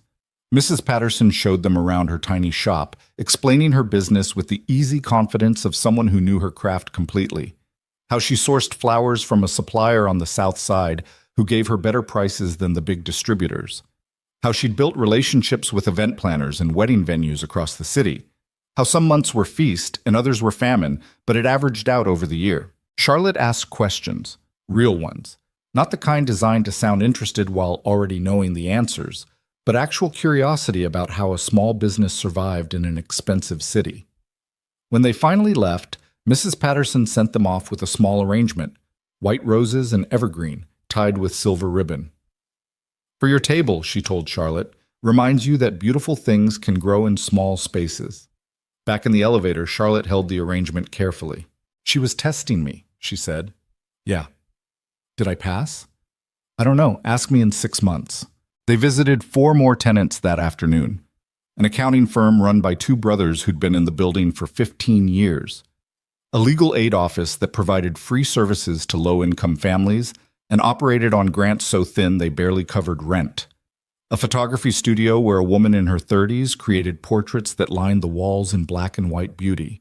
And finally, a small tech startup, 6 people crammed into a space designed for 3, all of them young and optimistic and completely convinced their app was going to change the world. Each conversation followed a similar pattern. Wariness, questions about rent increases and lease renewals. Charlotte listening more than talking, making promises carefully, taking notes on her phone about concerns and requests and the small details that made each business unique. By the time they finished, it was almost 4. The winter sun was already starting to fade, throwing long shadows across the city. They stood in the lobby, both exhausted. That was harder than I expected, Charlotte admitted. What part? All of it. Looking at people and seeing their whole lives wrapped up in a lease agreement. Knowing that my decisions about rent increases could mean the difference between someone staying in business or closing their doors. She rubbed her eyes. Numbers on a spreadsheet are easy. People are complicated. Welcome to property management. Is it always like this? If you're doing it right. Charlotte's phone had been buzzing periodically all afternoon. She pulled it out now, scrolled through what looked like approximately 8 million messages. I have to go, she said reluctantly. Conference call with investors in 20 minutes. Okay. But this was good. Really good. Can we do it again? Yeah, Thursday work for you? I'll make it work. She started toward the door, then turned back. Mason? Yeah. Thank you. For not letting me off easy. For making me actually see all this. You're welcome. She left in a swirl of expensive coat and clicking heels, and Mason stood in the lobby of his father's building, his building, for one more week, and felt something shift in his chest that he couldn't quite name. Ray looked up from the security desk. She gonna be okay? He asked. I don't know, Mason said honestly, but I think she's going to try. That's something, at least. Yeah, Mason agreed. That's something. He walked home through streets that had gone from afternoon to evening without him noticing, thinking about dignity and responsibility and his father's voice in his head saying that you don't own things, you just take care of them for a while. Thinking about a woman who'd spent years becoming successful and was just now learning what that success should actually mean. Thinking about Ava, who'd be waiting for him with homework questions and stories about school and absolute faith that her dad could handle whatever came next. The snow started again as he reached his building. Fat flakes drifting down like the sky couldn't make up its mind. Mason stood on the sidewalk looking up at his apartment window where a light was already on. Mrs. Kowalski watching Ava until he got home, and felt the weight of everything settling on his shoulders. But also something else, something that felt almost like hope. The call came at 2 a.m. Mason jerked awake to his phone vibrating on the nightstand, the screen too bright in the darkness. Unknown number. He almost ignored it. Nothing good happened at 2 a.m., but something made him answer. Yeah? Mr. Reed, this is Sandra from Dispatch at Harrow Tower. We've got a situation. Mason sat up, already reaching for his jeans on the floor. What kind of situation? Pipe burst on 12. Water's coming down into 11 and 10. Ray called emergency maintenance, but they're saying 45 minutes minimum, and the water's... It's bad, Mr. Reed, real bad. He was already moving, phone wedged between his shoulder and ear, pulling on clothes in the dark. I'll be there in 20 minutes. Keep calling maintenance. See if you can get anyone there faster. Yes, sir. Mason ended the call and stood in his bedroom, heart pounding. Through the wall he could hear Mrs. Kowalski's television still on. The woman never slept. He knocked quietly, waited for her shuffle to the door. Mason, what's wrong? Emergency at the building. Can you stay with Ava? Mrs. Kowalski was already nodding, already moving past him toward Ava's room. Go. I'll sleep on your couch. The girl won't even know you were gone. Thank you.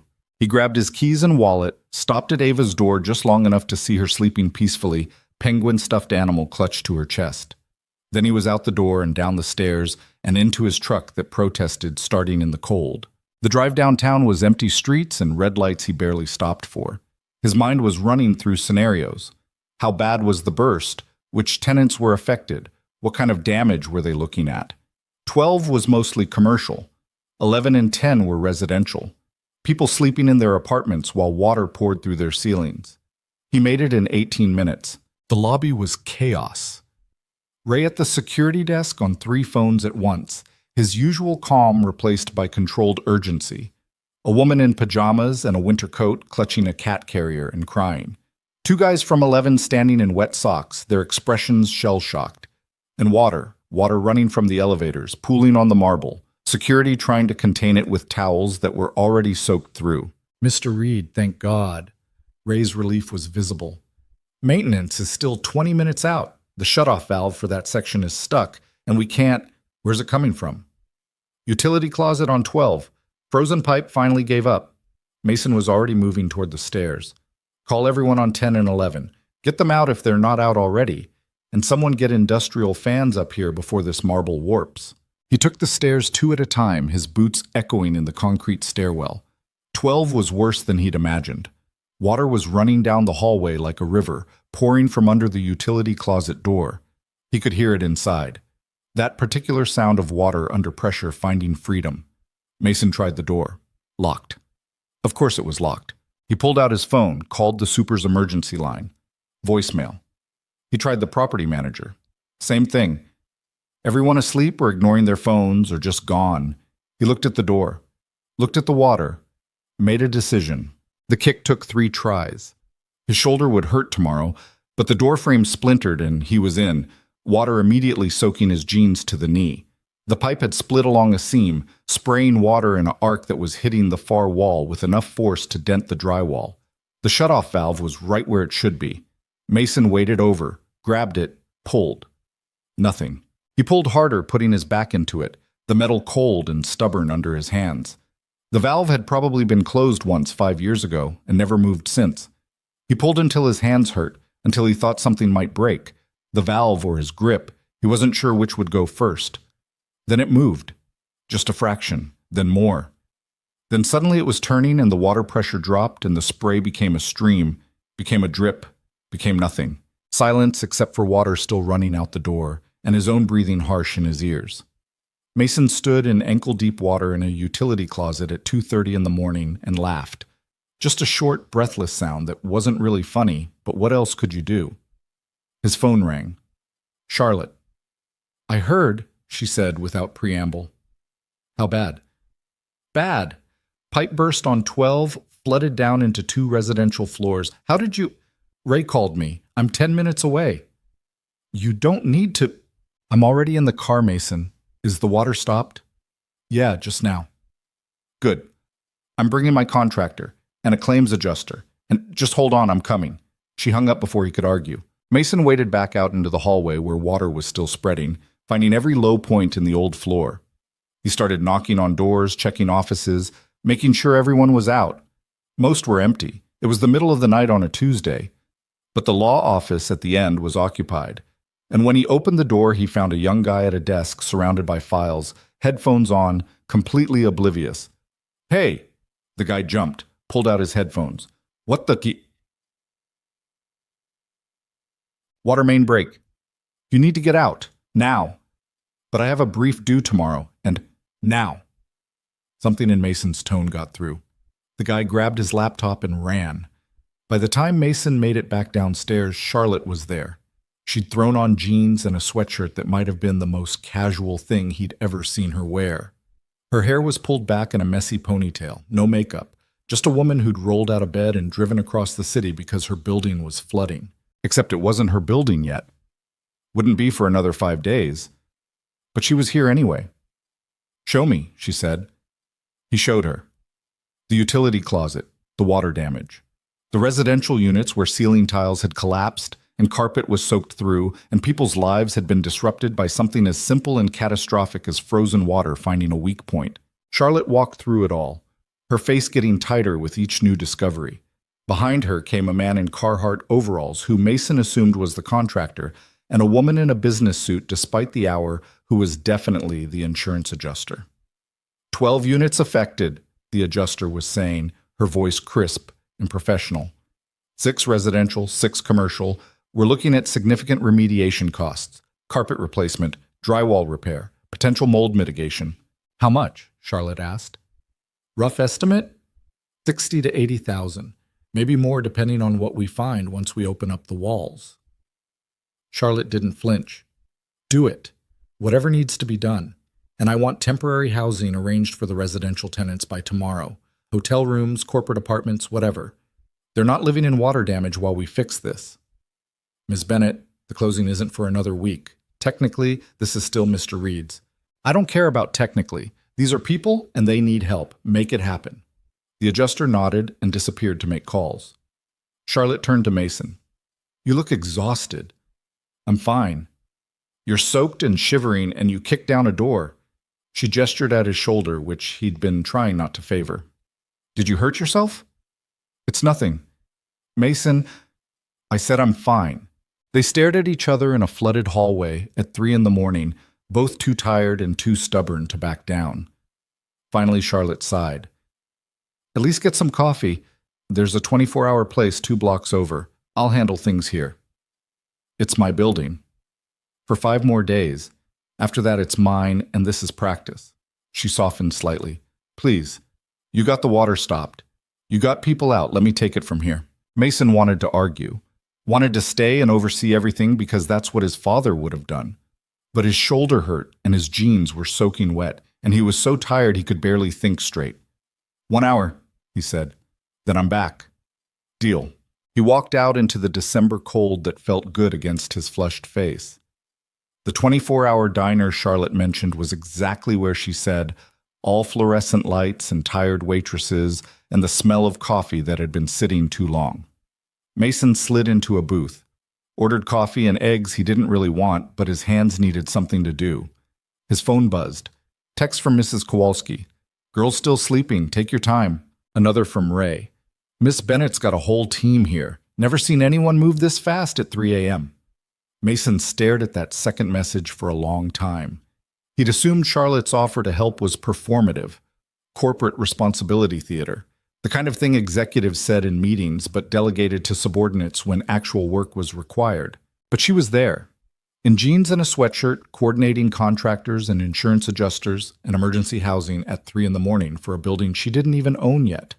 Maybe she really did want to change, or maybe she just wanted to prove she could. The eggs came. Mason ate mechanically, not tasting anything.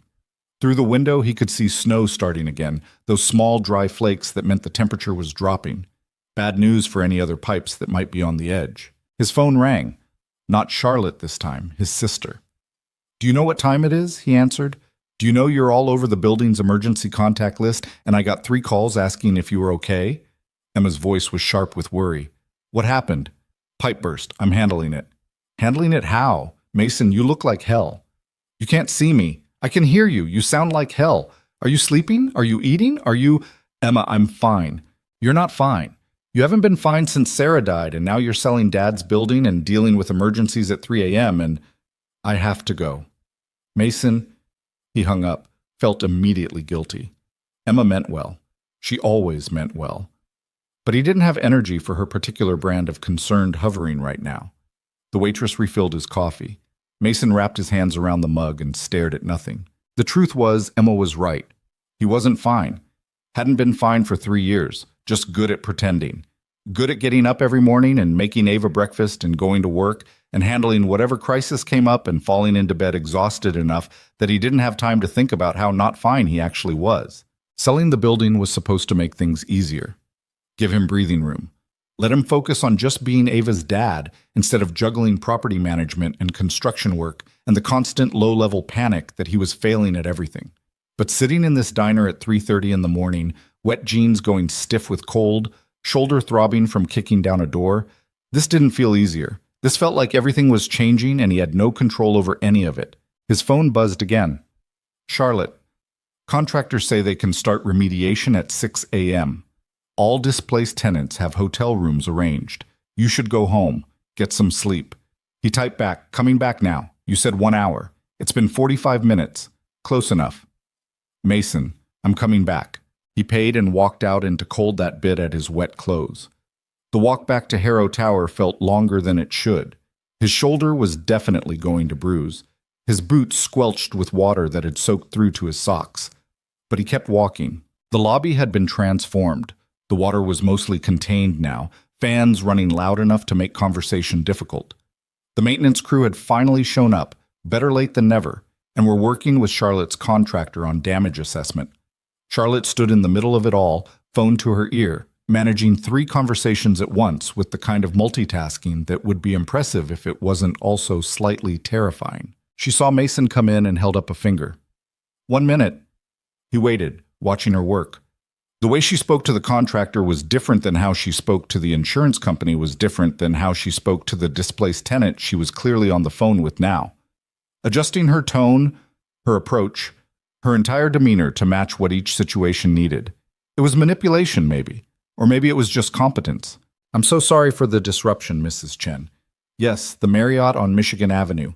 A suite, not just a room. And all your expenses covered, of course. We'll have you back in your apartment as soon as possible, I promise. Pause. No, thank you for being so understanding. I know this is difficult. She ended the call and turned to Mason. You didn't go home. Neither did you. It's going to be my building. It's still mine. They were back to the staring contest. Mason wondered if this was just what they did now. Challenged each other in hallways and conference rooms and flooded lobbies until one of them gave in. This time, Charlotte broke first. "Your shoulder," she said. "You're favoring it." "It's fine." "Let me see." "Charlotte." She stepped closer, reached for his jacket. Mason caught her hand without thinking, his fingers wrapping around her wrist. They both froze. Her wrist was small in his hand, delicate. He could feel her pulse racing against his palm.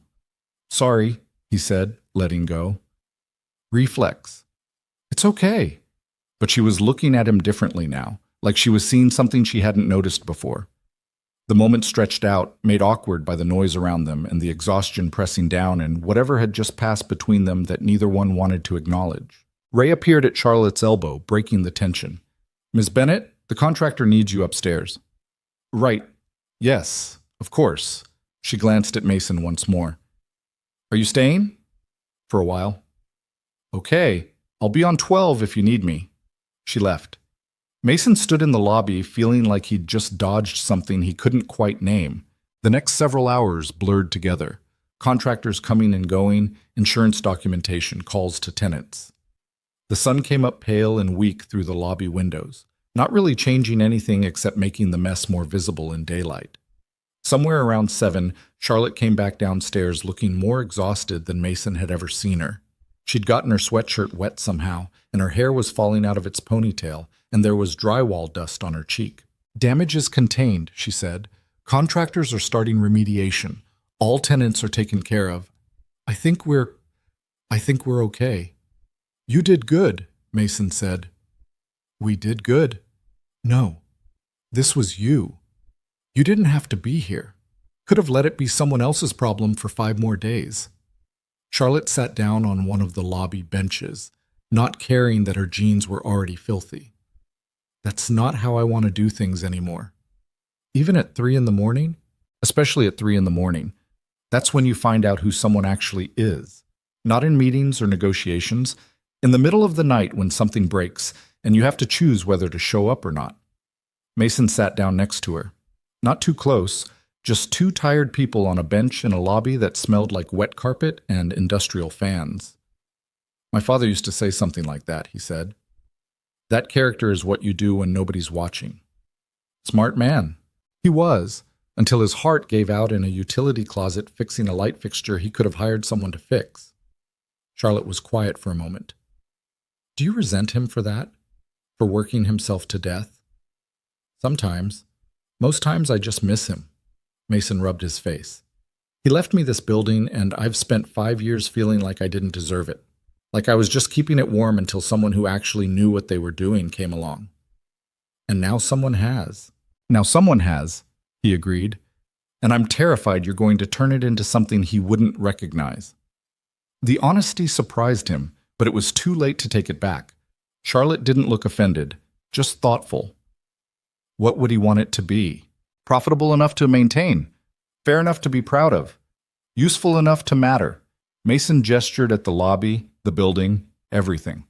He could have sold this place 10 years ago for twice what I'm selling it for now. Could have retired rich, but he kept it because he believed buildings should serve their communities, not just their owners. That's a lot of pressure to live up to.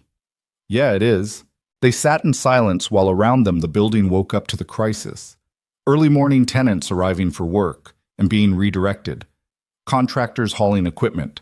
The distant sound of industrial fans running non-stop. "I want to do right by this place," Charlotte said finally. "By your father's legacy. By you. I'm just not sure I know how yet. That's why I'm staying on for 6 months. Is it? Or are you staying on because you don't know how to let go?" The question hit harder than Mason expected. He didn't have an answer. Charlotte's phone rang. She glanced at it, sighed. "My office. They're wondering where I am." "You should probably go." "Probably." But she didn't move. Just sat there looking at her phone like it was a test she didn't want to take. "Do you ever get tired of it? Of always being responsible? Of always being the one who has to show up?" "Every day." "But you do it anyway." "I have a daughter. I don't get the luxury of not showing up." Charlotte nodded slowly. Then she stood, brushed off her jeans in a gesture that did exactly nothing. I'm going to go home. Shower. Change. Pretend I'm a functioning executive for a few hours. But I'll be back this afternoon. We should walk through the damaged units together. Make sure the contractors aren't missing anything. Okay? She started to walk away, then turned back. Mason? Yeah? Thank you. For calling that valve stuck instead of broken. For kicking down the door. For being here. It's my building. For 5 more days, she reminded him. After that, you could have told me to handle it myself, but you didn't. That means something. She left before he could respond. Mason sat alone on the bench for a while longer. The lobby was getting busier now. Ray had been replaced by the day shift security guard. Maintenance crews were coordinating with contractors. Life moving forward because that's what life did even when you were exhausted and uncertain and not sure what came next. His phone buzzed. Mrs. Kowalski. Girls awake, fed her breakfast. When you coming home? He checked the time, almost 8. He'd been up for 6 hours. Felt like 6 days. Soon. Thank you for staying with her. Anytime, sweetheart. You know that. Mason pushed himself up from the bench. His shoulder protested.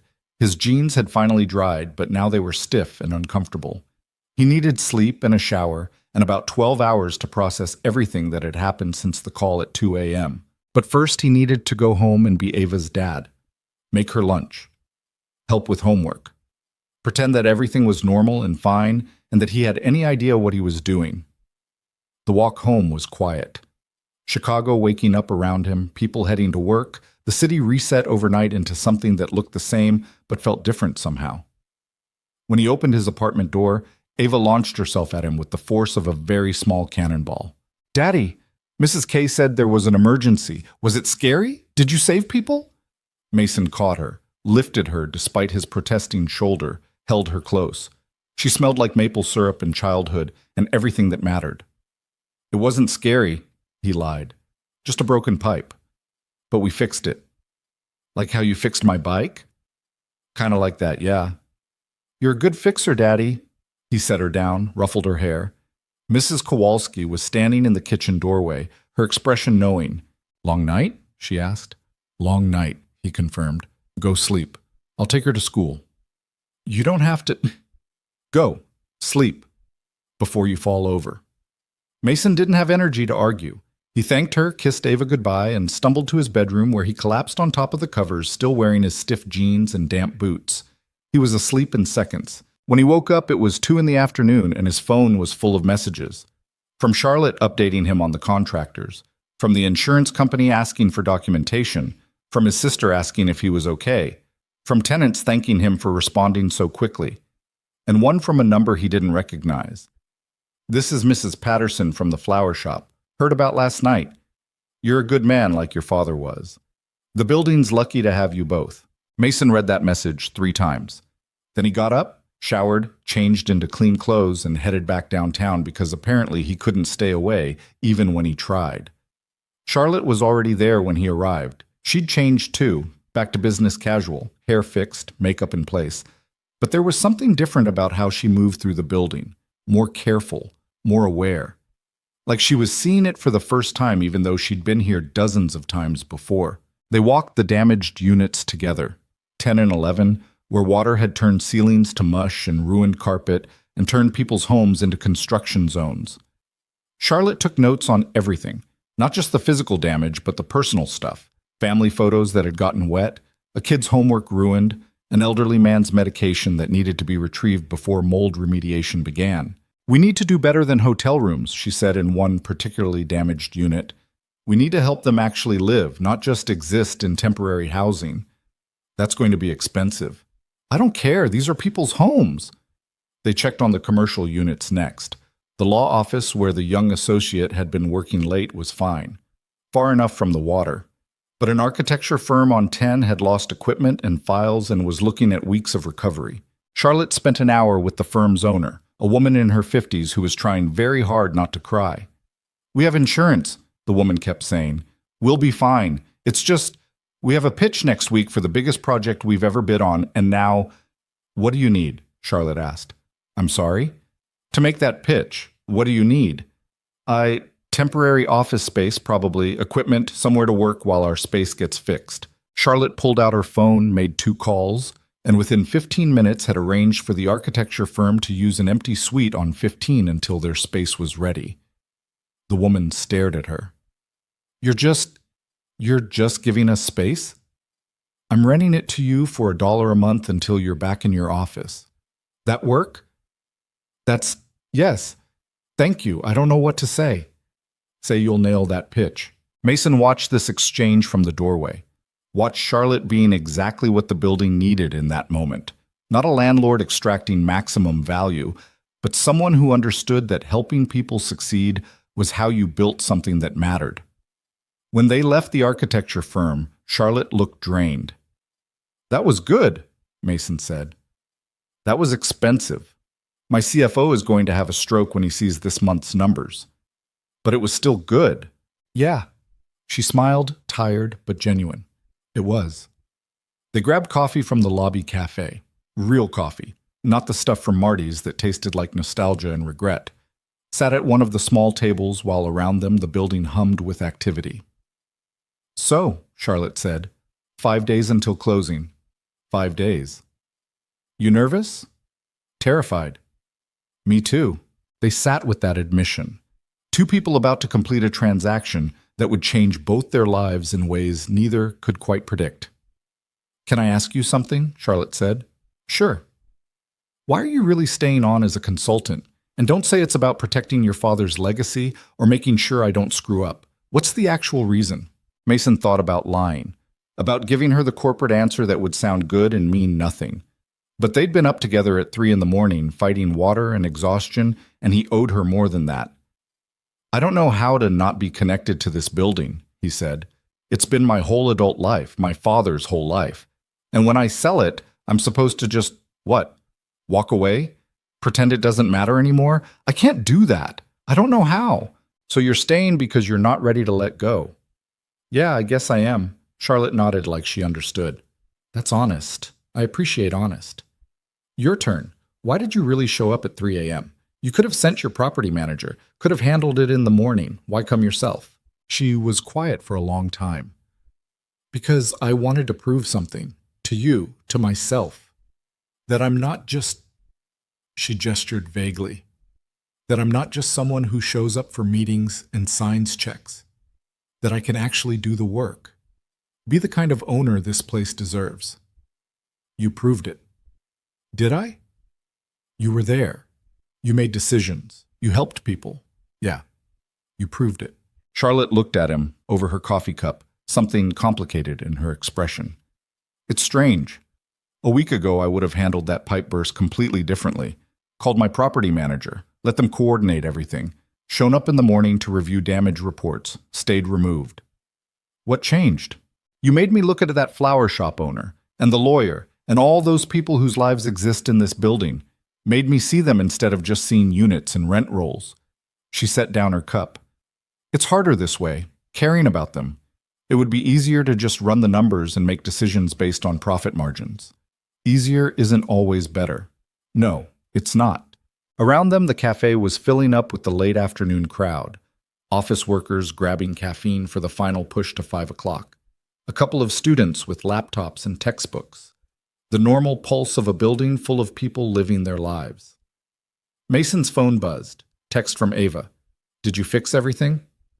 He smiled and typed back. Still working on it. You'll fix it. You always do. The simple faith of a 6-year-old. That her dad could fix anything. Be anywhere. Handle whatever broke. He wished he had that kind of confidence in himself. Charlotte was watching him. Everything okay? Yeah, just my daughter checking in. She's sweet. The way she defended you in the lobby that first day. Charlotte shook her head. I felt about 2 inches tall. You should have. I did. Still do sometimes. Good. Means you're learning. They finished their coffee. Made plans to meet again Thursday to walk through tenant renewals and lease negotiations. Charlotte left first, back to her office, and the pile of work she'd ignored all day. Mason stayed a while longer, watching the building move around him. Ray caught him on his way out. You heading home? Yeah, I got a kid who needs dinner. You're doing good work here, Mr. Reed. Both of you. Your father would be proud. Mason felt his throat tighten. Thanks, Ray. I mean it. This place. It matters. And you two are making sure it keeps mattering. That's worth something. Walking home through streets going dark, snow starting again in those gentle flakes that meant winter settling in for real, Mason thought about what mattered. Not the money from the sale, though that would help. Not the building itself, though that was significant. What mattered was that Charlotte Bennett had shown up at 3 in the morning, that she'd helped an architecture firm keep their dream alive, that she was learning to see people instead of units. What mattered was that maybe, just maybe, his father's building was going to someone who'd take care of it the right way. And maybe that was enough to let go. Or start learning how, anyway. The closing was scheduled for Thursday at 9 a.m. Mason woke up that morning with a knot in his stomach that coffee and determination couldn't untangle. He made Ava breakfast, pancakes shaped like crooked stars because that's what she'd asked for, and tried to act like this was just another day. Like he wasn't about to sign away 40 years of his family's history in a conference room downtown. Are you sad, Daddy? Ava asked around a mouthful of pancake. Why would I be sad? Because you're giving away Grandpa's building. Mason set down his coffee mug. I'm not giving it away, I'm selling it, and the money's going to help us do a lot of things, maybe even take a vacation. To where? I don't know yet. Where do you want to go? Ava thought about this with the seriousness she brought to all important decisions. Somewhere with penguins. Penguins live in cold places. I like cold. We live in Chicago. It's cold here. Different cold. Adventure cold. Mason smiled despite the knot in his stomach. Okay, adventure cold. We'll figure it out. He dropped her at school, watched her run through the doors with her backpack bouncing and her penguin hat slightly askew.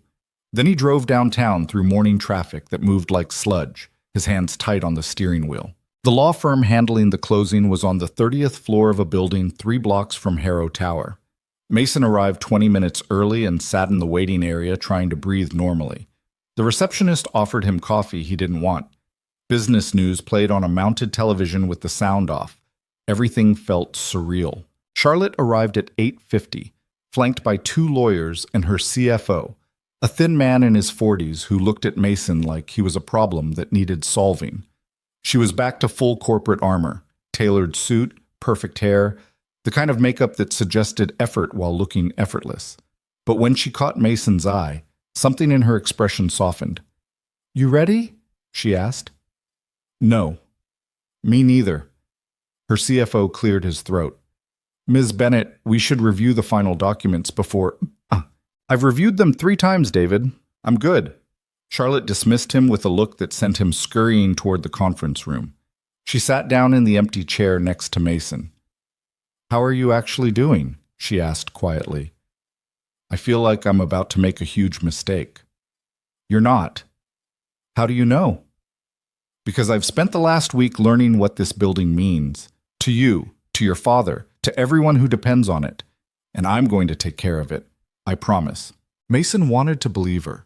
Wanted to trust that the woman who'd shown up at 3 a.m. to fight a water main break would be the same woman making decisions 6 months from now, a year from now, 5 years from now, when he wasn't around to call her out. But trust was hard when everything else felt like it was slipping away. Thomas Chen emerged from the conference room, his professional smile already in place. We're ready when you are. The conference room was smaller than the one where they'd first met. Just a table, some chairs, and enough lawyers to fill them. Documents were stacked in neat piles, purchase agreements and transfer papers, and all the legal language that turned something as monumental as selling a building into a series of signatures and initials. Mason sat across from Charlotte. Between them, $40 million and 40 years of history. Chen walked them through the documents with the practiced efficiency of someone who'd done this 1,000 times. Purchase price. Terms. Contingencies that had all been met.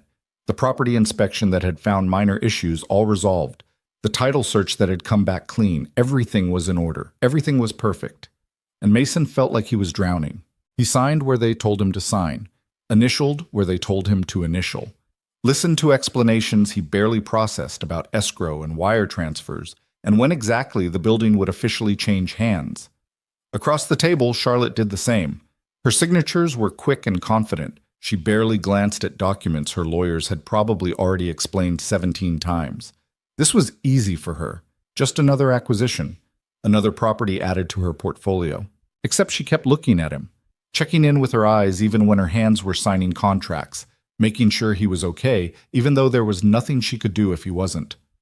Final signatures here, Chen said, sliding 2 documents across the table. And we're done. Mason picked up the pen. This was it. The moment. Once he signed this last paper, Harrow Tower would belong to Charlotte Bennett. The building his father had poured his life into. The legacy Thomas Reed had left behind. Mason's hand hovered over the signature line. He thought about his father, about learning to wire electrical boxes in the basement when he was 12, about summers spent helping renovate units, painting walls, fixing toilets, doing all the unglamorous work that kept a building running, about the pride in his father's voice when he'd talk about the tenants like they were family. He thought about Ava asking if he was sad. He thought about Charlotte in a flooded lobby at 3 in the morning, covered in drywall dust and refusing to let someone else handle it. He signed. Charlotte signed. Chen collected the documents with a satisfied nod. Congratulations. As of this moment, ownership transfers to Bennett Property Holdings. Ms. Bennett, you now own Harrow Tower. There should have been champagne, or celebration, or something to mark the occasion. Instead, there was just silence. Mason stood up. His legs felt unsteady. "Excuse me," he said. "I need a minute." He walked out before anyone could respond, found the bathroom down the hall, and locked himself in a stall like a kid hiding at school. Pressed his palms against the cold metal walls and tried to breathe through whatever was happening in his chest. He'd done the right thing. He knew that. The building needed someone who could give it the attention it deserved.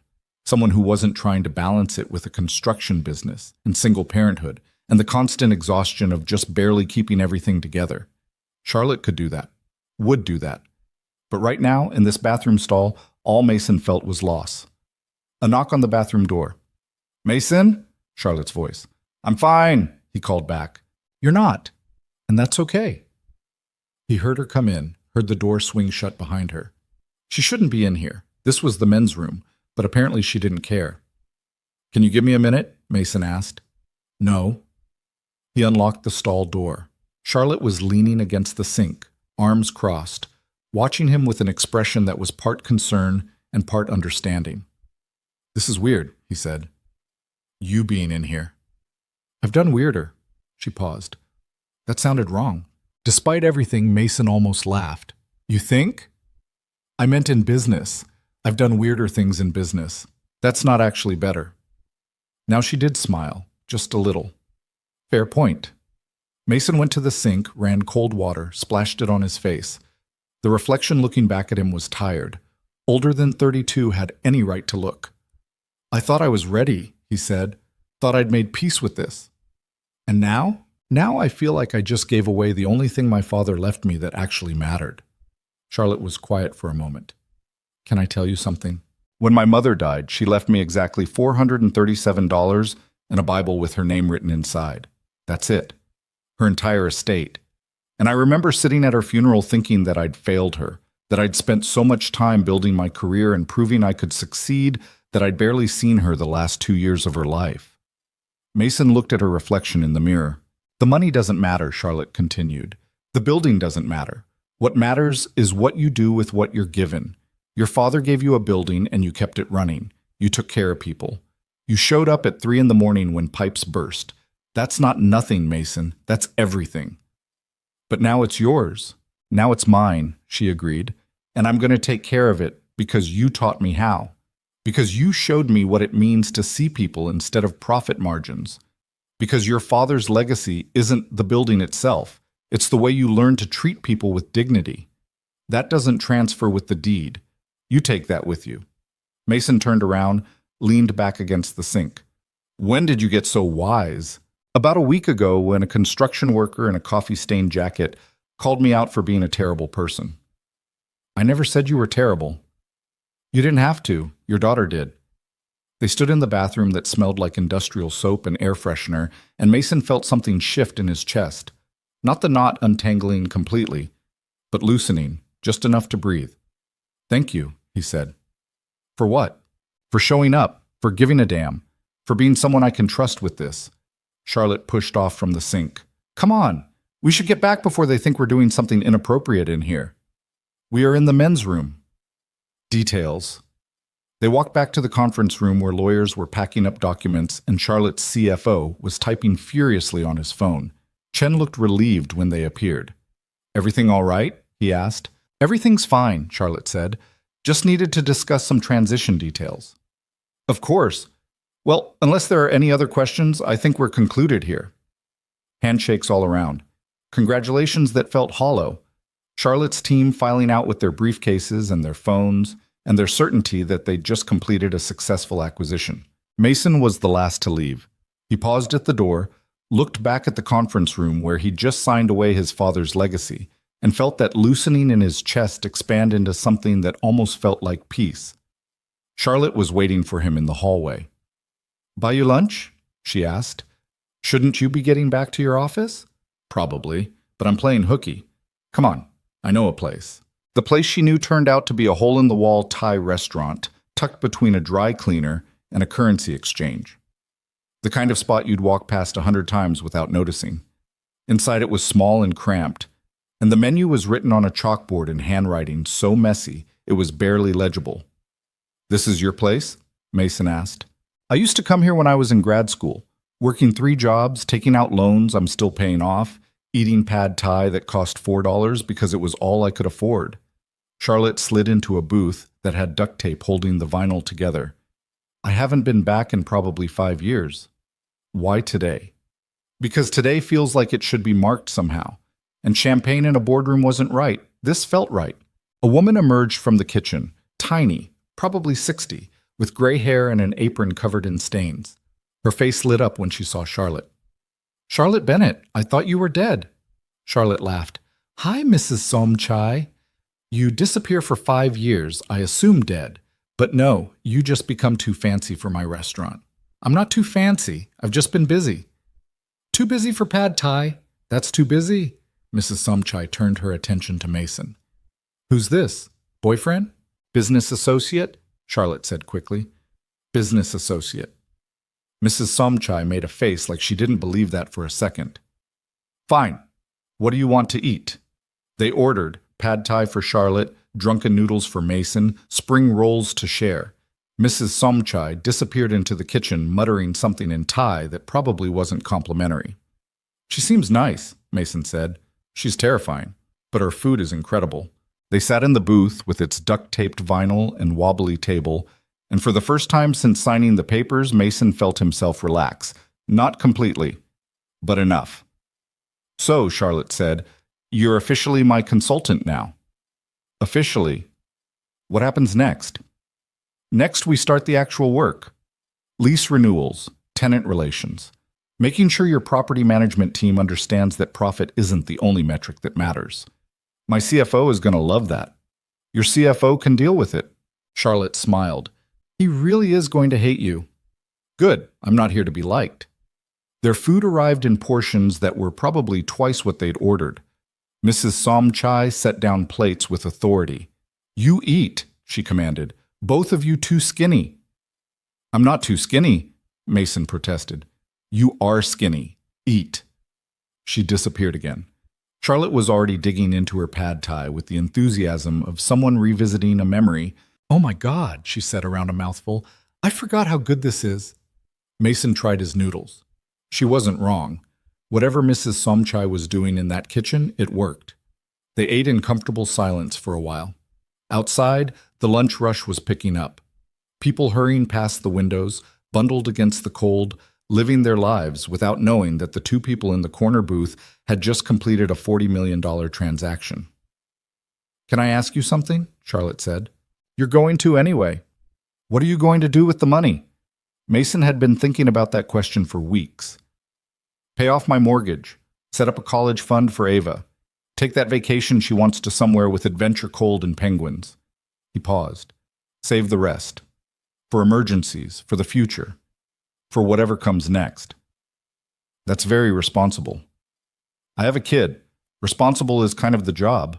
You could do something for yourself, though. Buy something. Take a real vacation. actually enjoy it. I am enjoying it.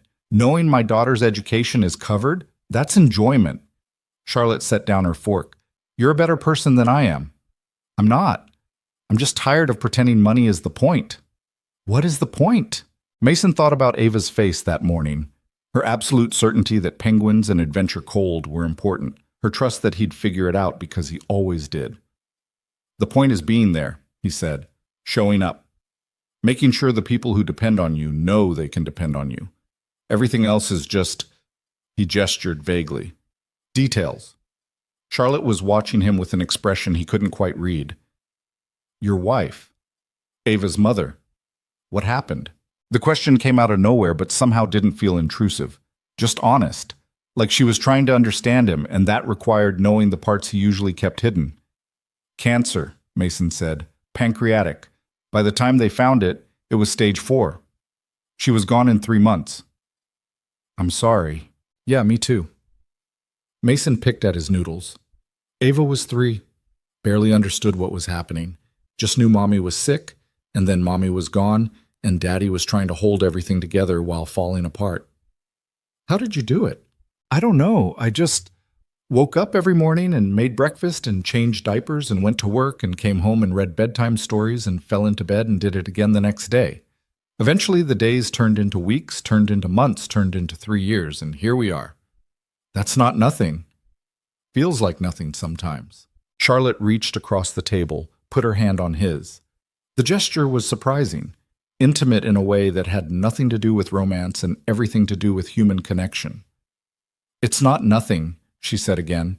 You raised a daughter who defends her father to strangers, who draws pictures of buildings because she's proud of you, who believes you can fix anything. That's everything, Mason. He looked at her hand on his, small, warm, steady. Thank you, he said. She pulled her hand back, seemed to realize what she'd done, looked slightly embarrassed. Sorry, I don't usually... I'm not a very touchy person. It's okay. I appreciated it.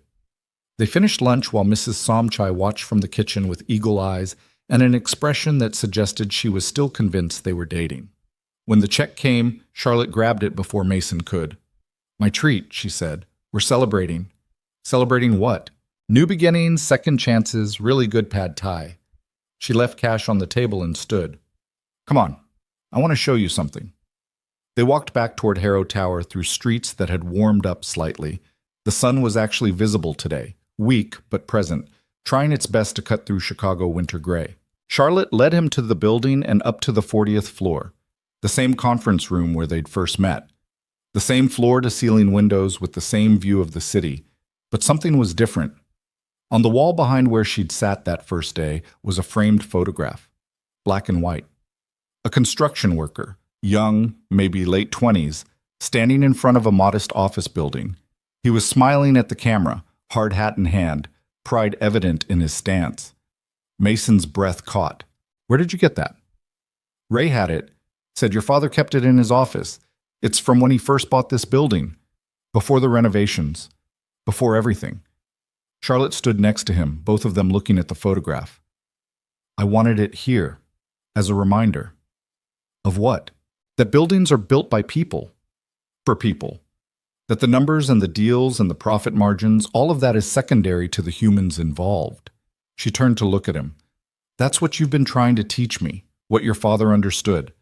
I wanted something to help me remember on days when it's easy to forget. Mason stared at the photograph of his father, 20-something years old, full of dreams and determination. No idea that 40 years later, his son would be standing in this room, looking at this picture and trying not to cry. He'd like this, Mason said quietly. He'd like that you're trying. I am trying. I'm going to keep trying. And when I screw up, because I will screw up, I need you to call me out. Same way you did in the lobby, that first day. That's a lot of pressure to put on your consultant. Good thing I'm paying you well. Mason smiled despite the tightness in his throat. We never discussed payment. We'll figure it out. Probably more than you'd charge and less than you deserve. They stood in front of the photograph for a while longer. Then Charlotte's phone started buzzing with the insistence of an office that had been without its CEO for too long. I have to go, she said reluctantly. Conference call in 15 minutes, but thank you. For today. for trusting me with this. Thank you for earning that trust. She left in a hurry, heels clicking down the hallway, already on her phone before she reached the elevator. Back to being the powerful CEO who ran a multi-million-dollar investment firm. But she'd been something else today, something more human, more real. Mason stood alone in the conference room, looking at his father's photograph and out at the city beyond the windows. His city. His father's city. Now, Charlotte's responsibility. His phone buzzed. Text from Ava's school. Early dismissal today. Teacher in service. Can you pick up by 1? Mason checked the time. 12:40. He'd have to leave now to make it. He took one last look at the photograph. I hope I did right by you, Dad. I really do. Then he left, taking the elevator down through the building that was no longer his, past Ray at the security desk, who gave him a knowing nod, through the lobby that smelled like floor polish and coffee and history, and out into the December cold. He picked up Ava right on time. She ran out of the school building with her backpack bouncing, her penguin hat askew, her face bright with the uncomplicated joy of early dismissal. Can we get ice cream? She asked immediately. It's December. So it's freezing outside. Ice cream doesn't care about weather. Mason laughed. Fair point. Yeah, we can get ice cream. They went to the place 2 blocks from their apartment that stayed open year-round despite the fact that nobody in their right mind ate ice cream in Chicago winter. Ava got strawberry in a cup. Mason got coffee because apparently he was a glutton for punishment. They sat at a small table by the window, Ava swinging her legs and talking about her day. Something about art class and a kid named Trevor who'd spilled paint everywhere, and how her teacher said her drawing of the tower was really good, and could she keep doing drawings maybe forever as her job? You want to be an artist? Mason asked. Maybe. Or a penguin scientist. I haven't decided. Those are very different careers. I have time. 6 years old and already more certain about life than he was. Mason envied that. Daddy? Ava was looking at him with those serious eyes. Did you sell the building today? Yeah, baby, I did. Are you sad? He thought about that. About the knot in his stomach that morning, about the bathroom stall and Charlotte finding him in the pad tie and his father's photograph on the wall. I was sad, he said, but I think I'm okay now. Because the pretty lady is going to take care of it? Yeah, because of that. Ava nodded like this made perfect sense. I like her. She's nice. She's trying to be nice. That's different. But trying is good, right? You always say trying is important. Mason felt something warm spread through his chest. Yeah, sweetheart, trying is very important. They finished their ice cream, walked home through streets where Christmas lights were starting to come on as afternoon faded toward evening. Ava chattering about penguins and art, and whether ice cream counted as dinner if you also had vitamins. The apartment was cold again, the radiator acting up for the 4th time this month. Mason made a mental note to call the super, then realized that with the money from the sale, he could just move somewhere with heat that actually worked. The thought should have been exciting. Freedom. Options. The ability to choose where they lived instead of just making do with what they could afford. But all Mason felt was tired. He made Ava an actual dinner, chicken nuggets and carrots because he was out of energy for anything more creative. She ate while watching a show about ocean animals that she'd seen 17 times before. He cleaned up the kitchen and thought about Charlotte and the building and his father's photograph and what came next. His phone buzzed. Text from Charlotte. Sent over the consulting agreement. Take your time reviewing. No rush. He opened the attachment, scrolled through pages of legal language that boiled down to, he'd spend 6 months helping her manage the transition, she'd pay him more than he'd expected, and they'd figure out the rest as they went. At the bottom, a note in what looked like her actual handwriting. Thank you for giving me a chance to prove I can do this right. I won't let you down. Mason typed back. I know you won't. Then he signed the agreement electronically and sent it back before he could second-guess himself. Ava appeared in the kitchen doorway, rubbing her eyes. I'm sleepy. It's only 6:30. I'm still sleepy. Mason picked her up even though she was getting too big for it, carried her to her room and tucked her in with her penguin stuffed animal and the blanket that was worn thin from being loved. Tell me a story, she mumbled. What kind of story? A true one. Mason thought for a moment. Okay. Once upon a time, there was a man who built something really special, and he worked really hard to make sure it stayed special. And when he died, he left it to his son, who was worried he couldn't take care of it as good as his father did. Is this about Grandpa's building? Ava's eyes were barely open. Yeah. What happened to the son? The son realized he didn't have to do it alone, that sometimes the bravest thing you can do is trust someone else to help carry something important. Did they live happily ever after? Mason smoothed her hair back from her face. They're still working on it, but I think they're going to be okay. Good, Ava yawned. I like happy stories. Me too, baby. She was asleep in minutes.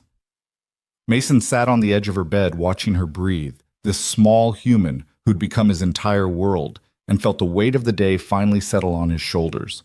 He'd sold his father's building. He'd trusted Charlotte Bennett. He'd taken a leap into uncertainty. And somehow, sitting in his daughter's room with the radiator clanging and Mrs. Kowalski's television humming through the walls and all the ordinary sounds of their ordinary life, Mason felt like maybe he'd done the right thing. Maybe his father would be proud. Maybe Charlotte would keep her promises. Maybe 6 months from now, he'd be able to let go completely. Or maybe he'd just learned that letting go wasn't the point, that staying connected while learning to trust someone else. That was the point. Mason stood up carefully, kissed Ava's forehead, and walked out to his own room where exhaustion was waiting to claim him. Tomorrow he'd start his new job as a consultant. Tomorrow he'd help Charlotte navigate the complicated reality of owning a building full of people with lives and dreams and problems. Tomorrow he'd figure out what came next. But tonight he was just a tired father who'd survived another day. And sometimes that was enough. 6 weeks later, Mason stood in the lobby of Harrow Tower watching Charlotte argue with her CFO and realized something had shifted, not just in the building, in her. I don't care what the quarterly projections say, David. We're not raising rent on the residential units more than 3%. That's final. David's face was red. 3% doesn't even cover our increased operating costs. We need at least 7% to maintain current margins. Then we maintain lower margins. Miss Bennett, with all due respect, David, I own this building. Not you, not the board. Me. And I'm telling you 3%.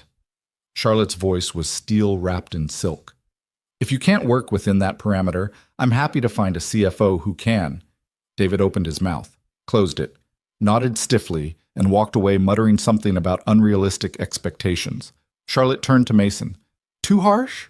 No, just right. He's going to complain to the board. Let him. You're doing the right thing. She smiled, tired but genuine. I'm trying. Some days it's harder than others.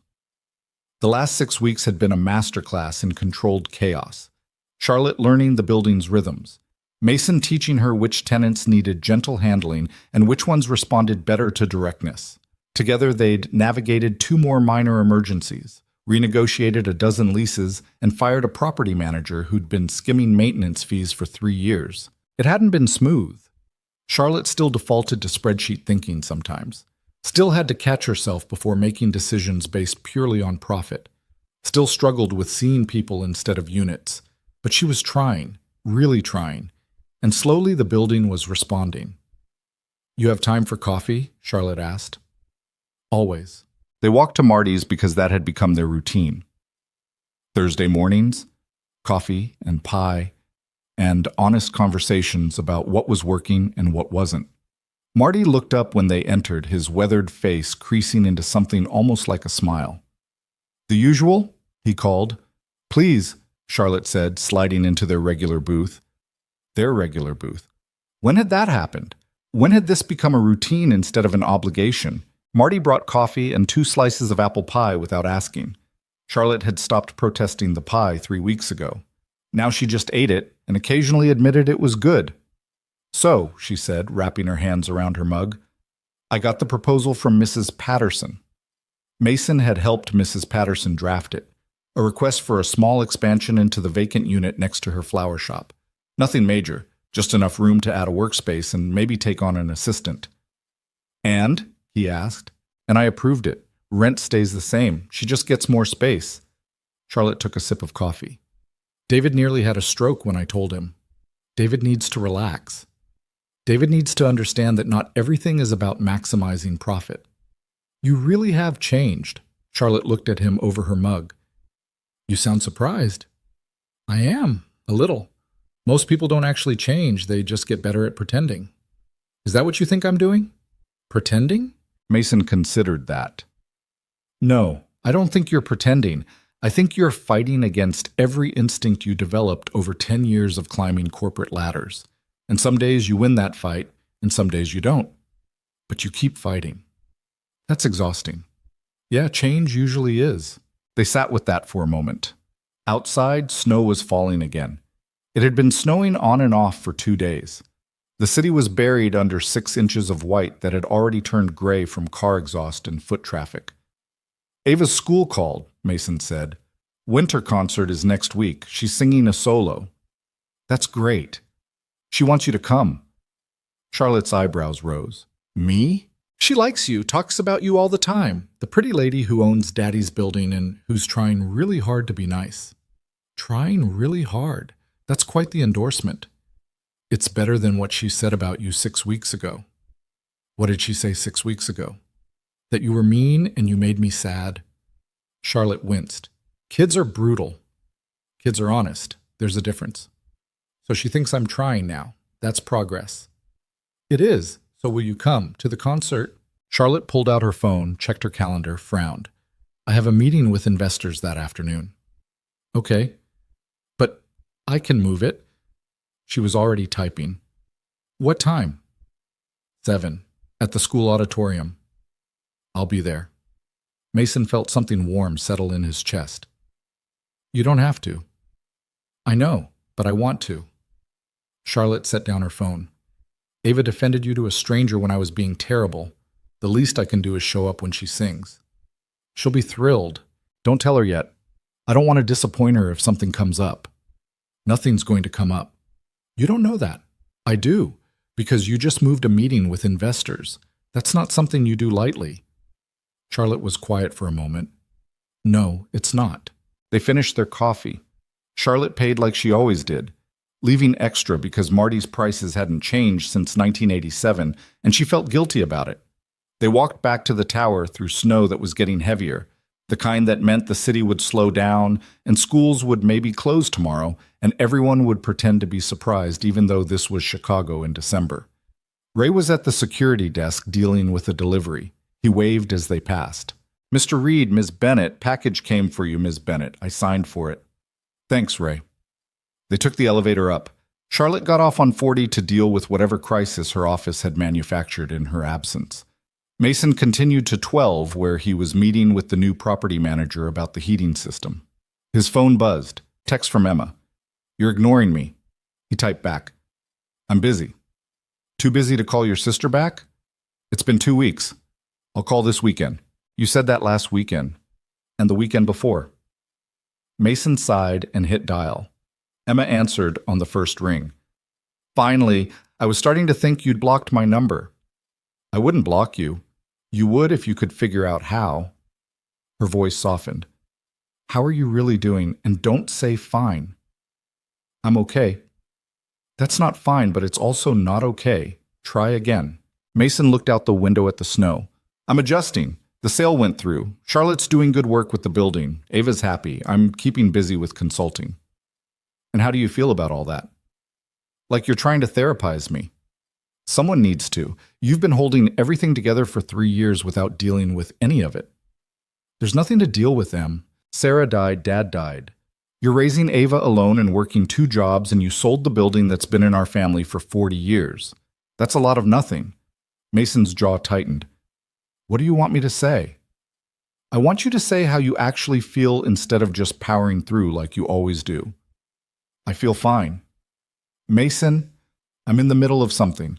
I'll call you this weekend, I promise. He hung up before she could argue. Felt guilty immediately. Emma was trying to help. She always tried to help. But sometimes help felt like pressure, and he had enough of that already. The meeting with the property manager took 2 hours. By the time Mason finished, it was almost 4. He picked up Ava from after-school care, and they walked home through snow that had accumulated another inch. Daddy, can Charlotte really come to my concert? Ava asked. I told you not to get excited yet. But can she? Maybe. She's going to try. I hope she comes. I want her to hear me sing. You're going to do great whether she's there or not. Ava was quiet for a moment. Do you like her? Charlotte? Yeah, she's doing good work with the building. No, I mean, do you like her like her? Mason stopped walking, looked down at his 6-year-old daughter who was watching him with those two knowing eyes. Where did that come from? You smile different when you talk about her. I don't smile different. You do. And you check your phone more. And last week you wore your nice shirt on Thursday, and you only wear nice shirts for special things. Mason had no idea what to say to that. Charlotte is my business partner, that's all. Okay? Ava didn't sound convinced. They got home. Mason made dinner, spaghetti, because it was easy, and Ava actually ate it. They did homework, read stories, the normal routine of their normal life. But later, after Ava was asleep and Mason was sitting alone in the kitchen with a beer he wasn't really drinking, he thought about what she'd said. Do you like her like her? The question was absurd. Charlotte was what? His business partner, his friend, maybe, if you could call someone you'd known for 6 weeks and who'd started by insulting your daughter a friend. Someone he respected. Someone he was helping. But like her? In that way? No, that was ridiculous. Except he had worn his nice shirt on Thursday, and he did check his phone more often. And when she laughed at something he said, he felt something warm in his chest that had nothing to do with coffee or pie or business arrangements. Mason took a drink of beer that had gone warm. You're an idiot, he told himself. His phone buzzed. Text from Charlotte.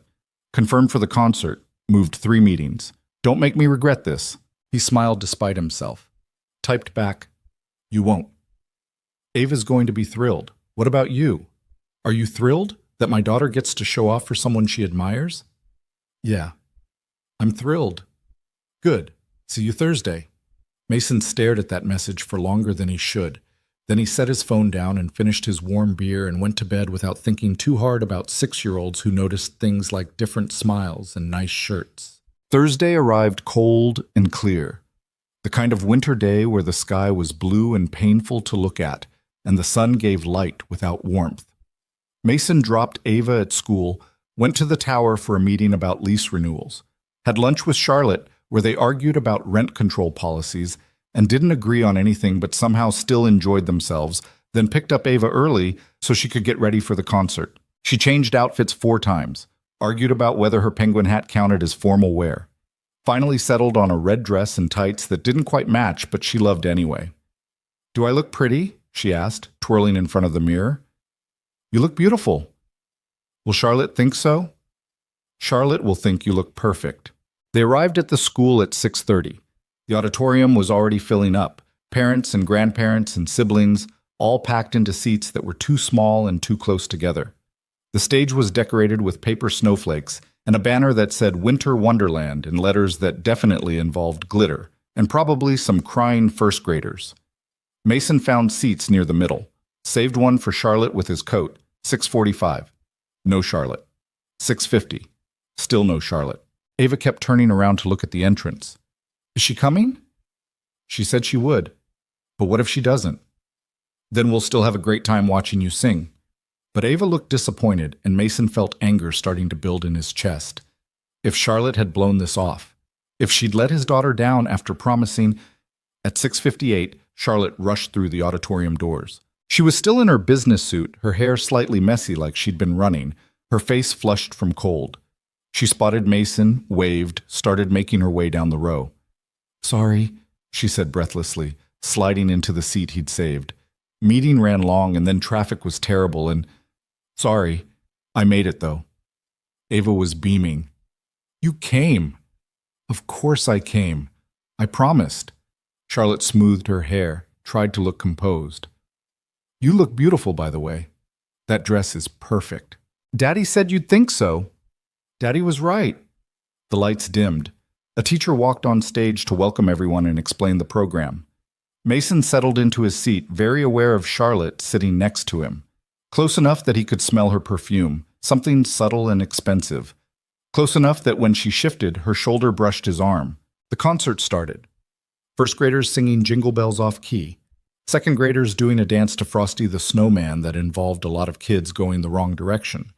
Third graders attempting a 3-part harmony that was almost successful.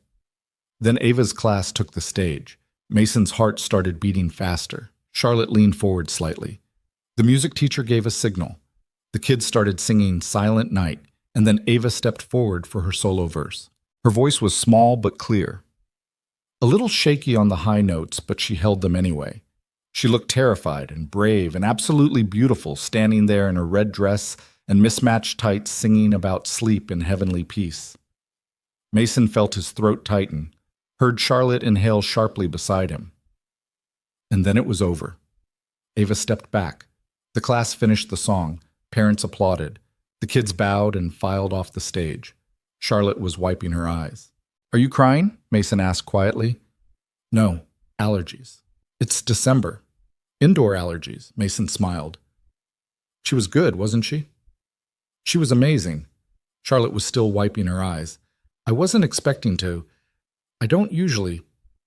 It's okay. She has that effect on people." The rest of the concert passed in a blur. More classes, more songs.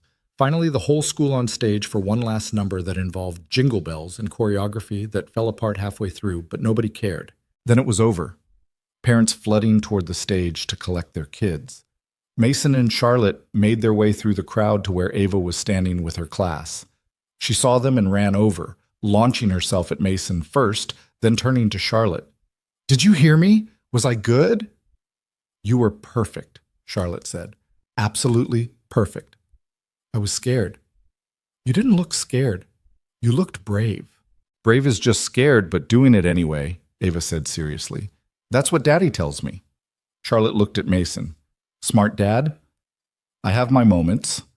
They walked out into the cold where snow was starting again, light flakes that caught in Ava's hair and made her laugh. "Can we get hot chocolate?" she asked. "It's almost 8, Mason said. "That's pretty late." "But I sang really good." "Really well," Mason corrected automatically. "Really well. So can we?" Charlotte spoke up before Mason could answer. "There's a place 2 blocks from here that makes incredible hot chocolate. My treat. If that's okay with your dad?" Ava looked at Mason with pleading eyes.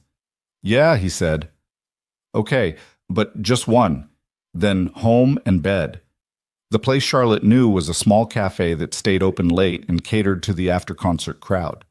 They found a table in the corner, ordered hot chocolate for Ava and coffee for the adults because some habits were hard to break. Ava talked non-stop about the concert, about how Madison had forgotten her words and how Tyler had fallen off the risers during practice, and how the music teacher had said Ava's solo was the best she'd ever heard from a first grader, which was probably an exaggeration, but Ava believed it completely.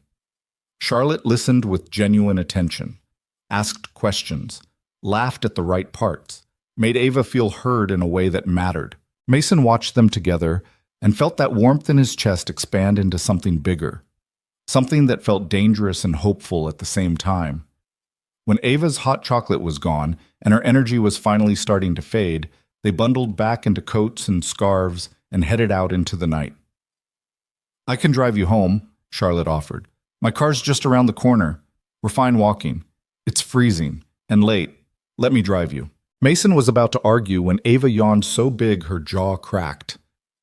"Okay," he conceded. "Thanks." Charlotte's Tesla was warm and quiet and smelled like leather and that subtle perfume. Ava fell asleep in the back seat before they'd gone 3 blocks. Mason gave directions to their building, watching the city pass outside the window. "Thank you for coming tonight," he said quietly. "Thank you for inviting me." "Ava really wanted you there." "What about you? Did you want me there?" Mason looked at her. She was watching the road, but something in her expression suggested the question mattered more than she was letting on. "Yeah," he said. "I wanted you there." They pulled up in front of his building. Mason reached back to wake Ava, but Charlotte stopped him. "Let her sleep. I'll help you get her upstairs." "You don't have to." "I know, but I want to. I want..." So Mason carried his sleeping daughter while Charlotte grabbed his bag and followed them up 3 flights of stairs to an apartment that suddenly felt very small and shabby compared to the world she usually occupied.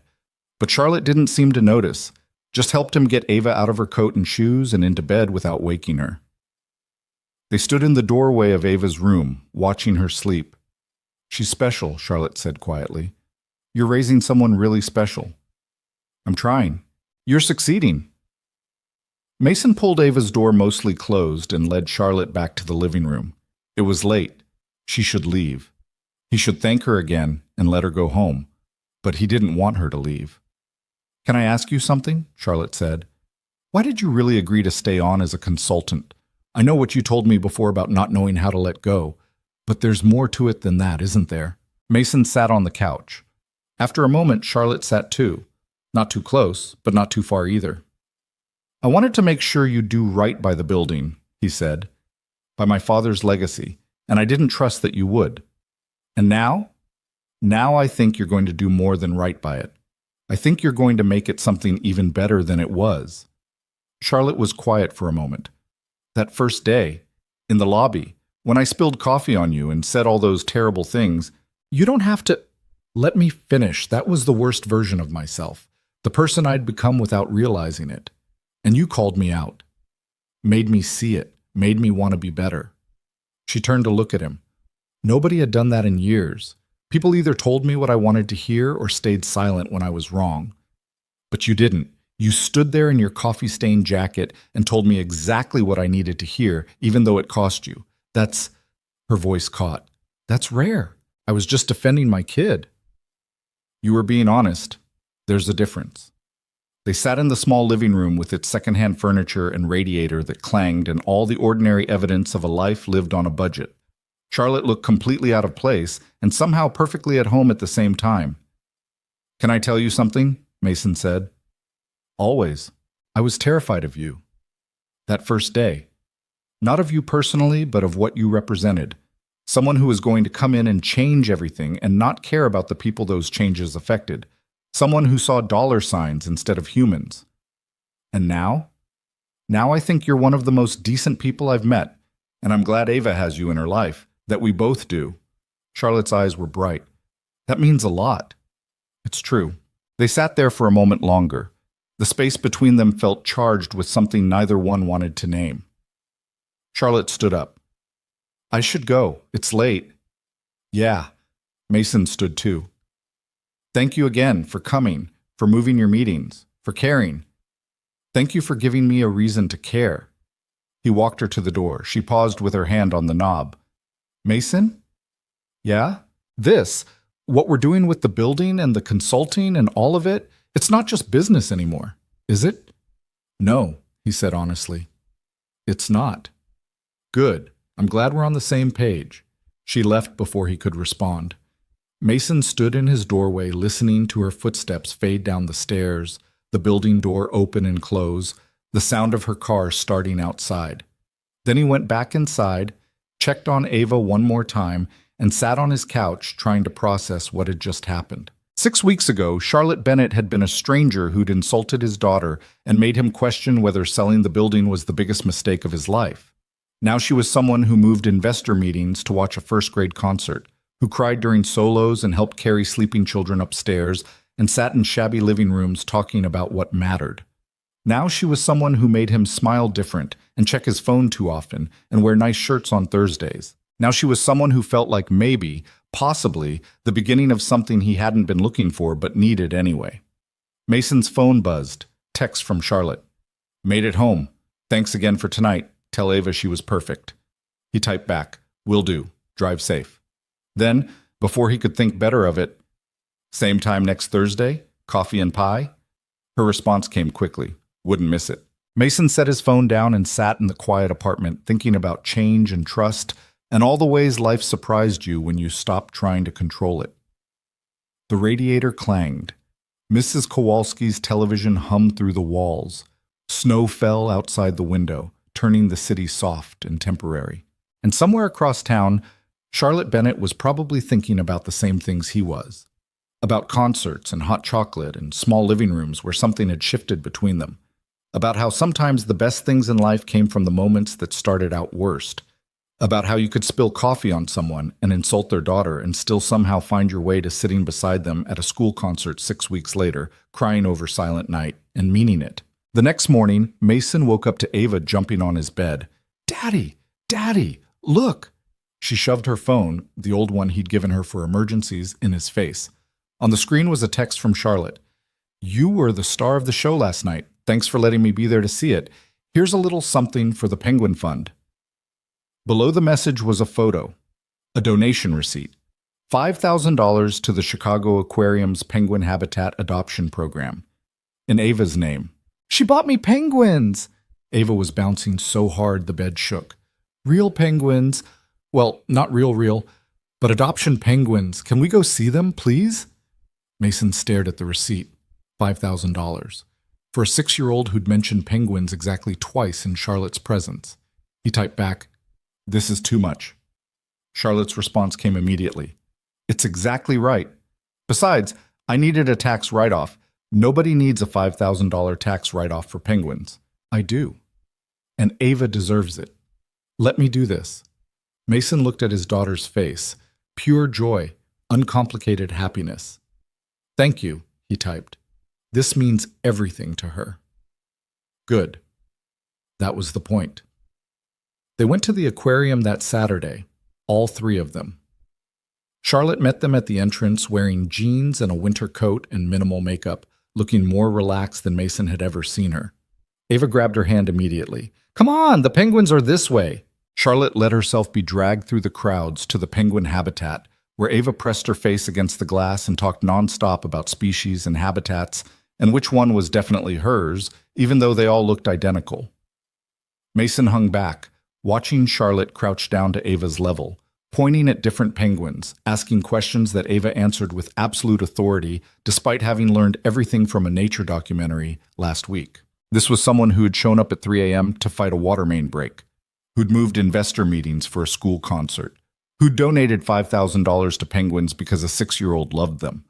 This was someone who was trying, really trying. And somewhere in the last 6 weeks, Mason had stopped seeing her as the woman who'd spilled coffee on him and started seeing her as someone who mattered, someone who fit into his life in ways he hadn't expected and didn't entirely understand but didn't want to lose.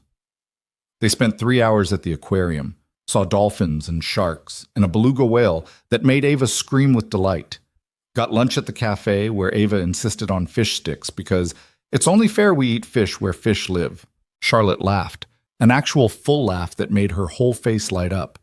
And Mason thought, I'm in trouble, because this felt like more than business, more than friendship, more than any of the safe categories he'd been using to avoid admitting what was actually happening. This felt like falling for someone, which was terrifying because he hadn't fallen for anyone since Sarah, hadn't wanted to. Hadn't had room in his life for anything except survival and Ava and getting through each day without completely falling apart. But here he was, in an aquarium, watching Charlotte help his daughter identify different species of jellyfish, feeling something warm and dangerous growing in his chest. His phone rang. Emma. He almost didn't answer, but she'd been calling all week and he'd been avoiding her, and eventually he'd have to deal with that. Hey, he answered, stepping away from Charlotte and Ava.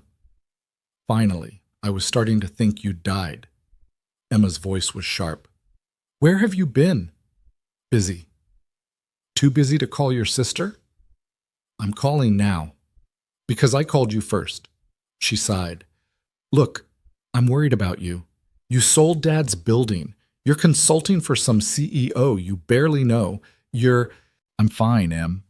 You keep saying that, but I don't believe you. When are you going to actually deal with everything instead of just pushing through?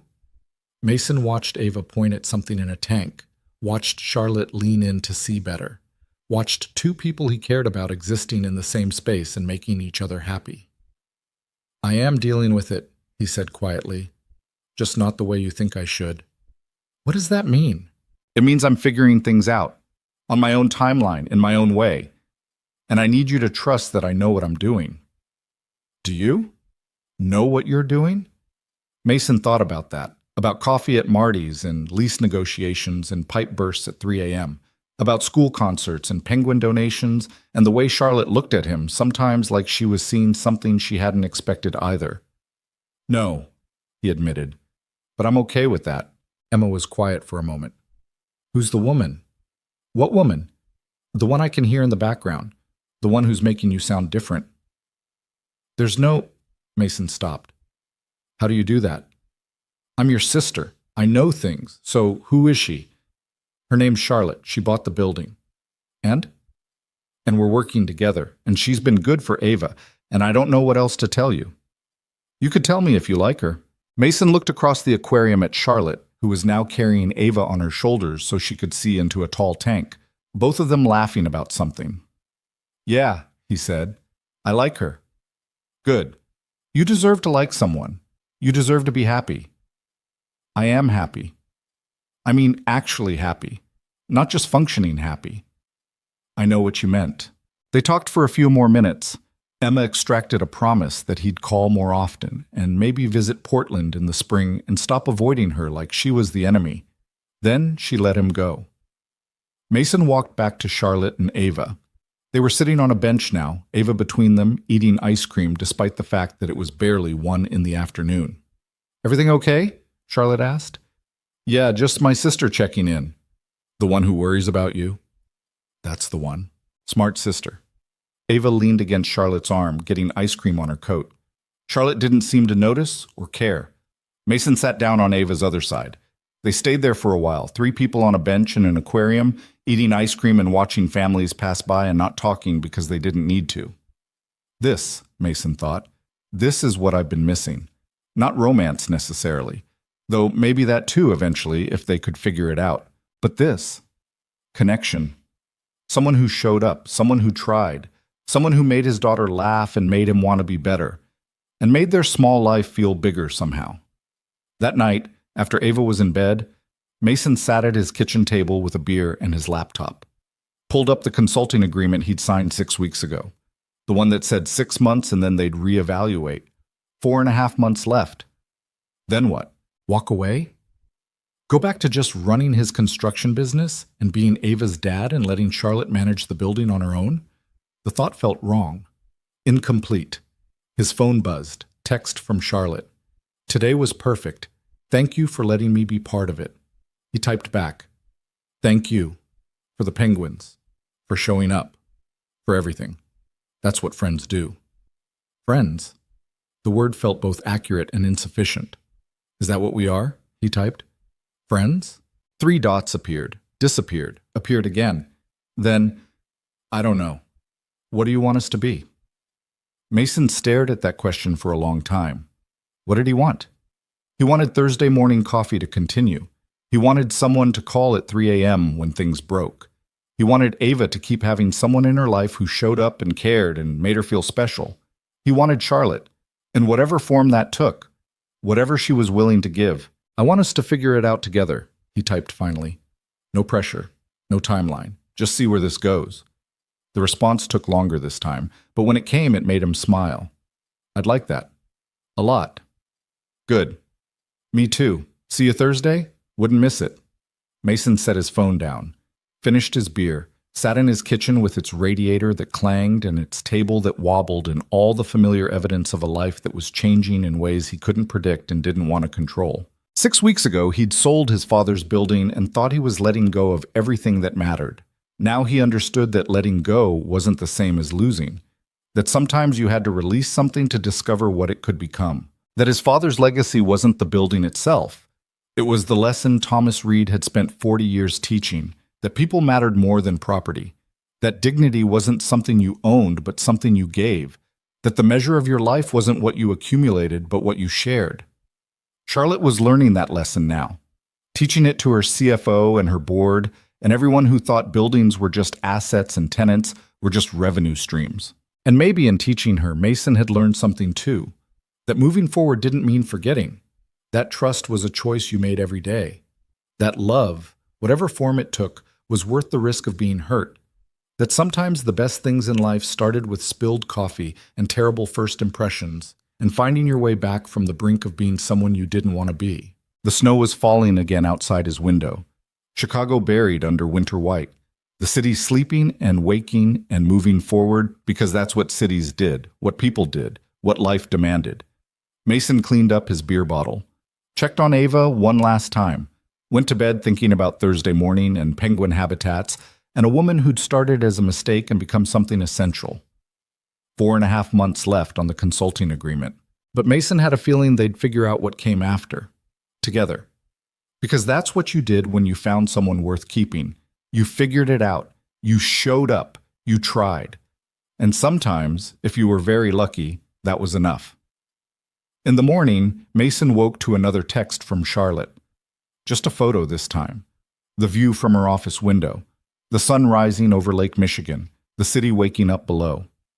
And a simple message. Another day. Let's make it count. Mason smiled and typed back, always. Then he got up to make breakfast for his daughter, to start another day of consulting and construction work and all the ordinary moments that made up a life. But nothing felt quite as ordinary anymore. Because Charlotte Bennett had spilled coffee on him 6 weeks ago and changed everything. Because his father's building was in good hands. Because Ava had penguins and a person who showed up and a future that looked brighter than it had in 3 years. Because sometimes you had to break something to fix what was actually wrong. And sometimes the person who broke you was the same person who helped put you back together. Not perfectly, never perfectly, but whole enough to keep going. Strong enough to try again. Brave enough to believe that tomorrow might be better than today. And in a city that never stopped moving, in a building full of people whose lives intersected and diverged and touched each other in ways they'd never